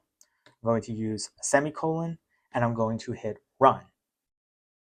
So the first output, folder iterator, is coming from our logging on line 10. The next output is coming from line 17. So each time the while loop runs, we are accessing another element of the subfolders variable coming to the console log via the folder variable on line 15. So you're seeing that the folders that we are now accessing via the folder variable are folder to delete, new folder, and 3 subfolders. So when I go back to my project folder, which is my parent folder, you see that we have those 5 subfolders in here. So we have an indication that we are successfully targeting the folders that we want to delete. So what I'm going to do now is just start deleting these folders. So I'm going to go to line 17. I'm going to hit enter. I'm going to add 2 slashes for a comment, and I am going to move the folders to the trash. I'm going to hit enter and tab, and I am going to reference folder.get capital ID, open parentheses. And you know what? I don't even think I have to do that. I think we can just do folder.set capital T trashed, and we'll have an open parentheses here. Set trashed is a Boolean value. So if it is set to true, then the folder is going to be moved to the trash. If it is set to false, then something that is in the trash will be moved back to your drive. But again, you have to have the ID of that folder or the file itself or folder itself identified so that the app script knows to remove it from the trash.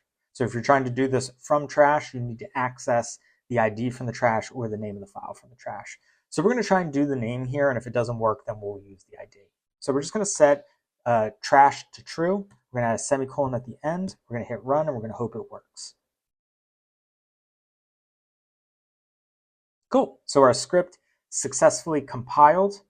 So I'm going to close my console log, and I'm going to return to my project folder. And now you can see that there's nothing in there. So we have successfully identified all of the folders in our parent folder, and we have moved them to the trash. And thus we have an empty folder that we can now work with. We're going to resume by navigating to the Files module, where we will be creating a new script file. So we're going to call this k_create_folder. We'll hit enter. We're going to change the name of our function to be called folder capital C creator. We're going to save our project, and we will begin on line 2. So in the last lesson, we learned how to delete folders from a parent folder. So I have this empty project folder now because I deleted 5 subfolders, which means that it is perfect for adding new folders.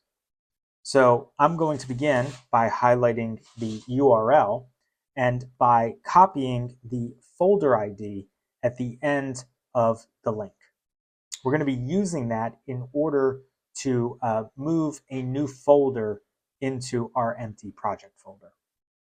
So we're going to go back to Drive. We are starting on line 2, where we will hit enter once, add 2 slashes for a comment, where we will create a new folder. We're going to hit enter and tab. So we're going to declare a variable called folder, and we're going to set that equal to DriveApp.createFolder. We'll have an open parentheses, and at this point we can enter in the name of the folder. So it has to be in the format of a string, which means that we will have single quotes or double quotes. It doesn't matter which one you use. Just make sure that you remain consistent with whatever you've been using up to this point in the project. So I'm going to add in single quotes, and I'm going to call this new folder.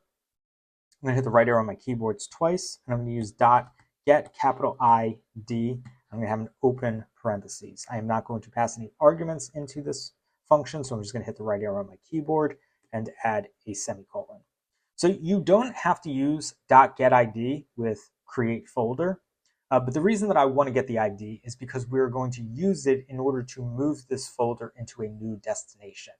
So if you just use DriveApp.createFolder and you enter in a name, it's going to end up on just the home page of your drive. So whenever you open up My Drive and Home, that new folder will just appear there. But I want to organize this into my project folder. So I'm going to be using the ID of this newly created folder in order to set a destination. So I'm going to resume on line 4 by hitting enter twice, left arrow twice, on my keyboard, left arrow on my keyboard, I hit it twice, add 2 slashes for a comment, and I'm going to define the destination. I'm going to hit enter and tab. So I'm going to declare a variable of folder, capital D E S T, short for destination, folder dest. We're going to have that equal to DriveApp dot get capital F folder by ID, and we're going to have an open parentheses. This also takes the identification number as a string, so we're going to enter in single quotes or double quotes, whatever you've been using. And then I'm going to paste in the folder ID that I copied from my project folder at the beginning of the video. So if you haven't done that yet, go to your drive, copy a folder ID, and then enter it so that you can create your new project folder and then move it into your desired destination. We're going to add a semicolon at the end. We're going to hit enter twice. We're going to hit the left arrow on our keyboard twice, add 2 slashes for a comment. And now we will use the folder ID to move the newly created folder into the destination folder. I'm going to hit enter and tab. I'm going to use DriveApp.getFolder by ID. I'll have an open parentheses. I'm going to enter in the folder that I want to move. So in this case, we're going to be using the folder variable from line 4. That's why we're using .getID, because we want to move the folder using its ID. So after we create the folder, we'll get the ID, and then we're using it on line 10 in order to figure out where to place it. So after that, we're going to add .move, capital T2, open parentheses, and then we're going to enter in the destination, which needs to reference DriveApp.folder. So we already use DriveApp.getFolder by ID in order to establish the value of our folder destination variable. So if you did not create a variable like I did, then you would have to use DriveApp.getFolder by name or by ID within move to. So you can't just say move to and then pass an ID or a name, something like that. You have to use DriveApp. So we are going to use that folder dest variable that we created. We're going to hit the right arrow on our keyboard. We're going to use a semicolon, and we're going to hit run.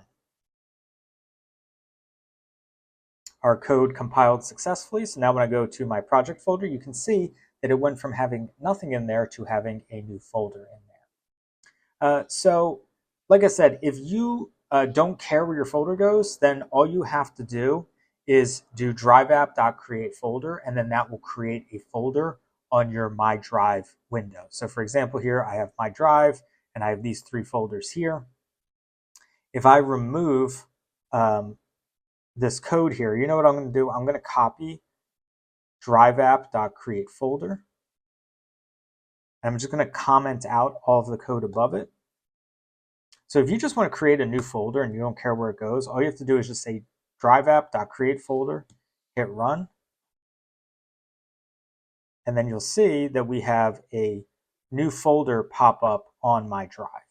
But if you want to move your folder into a destination, then you can follow the method that we talked about. I hope you found this video helpful. If you'd like to continue following along with this series, please check out the playlist linked in the description.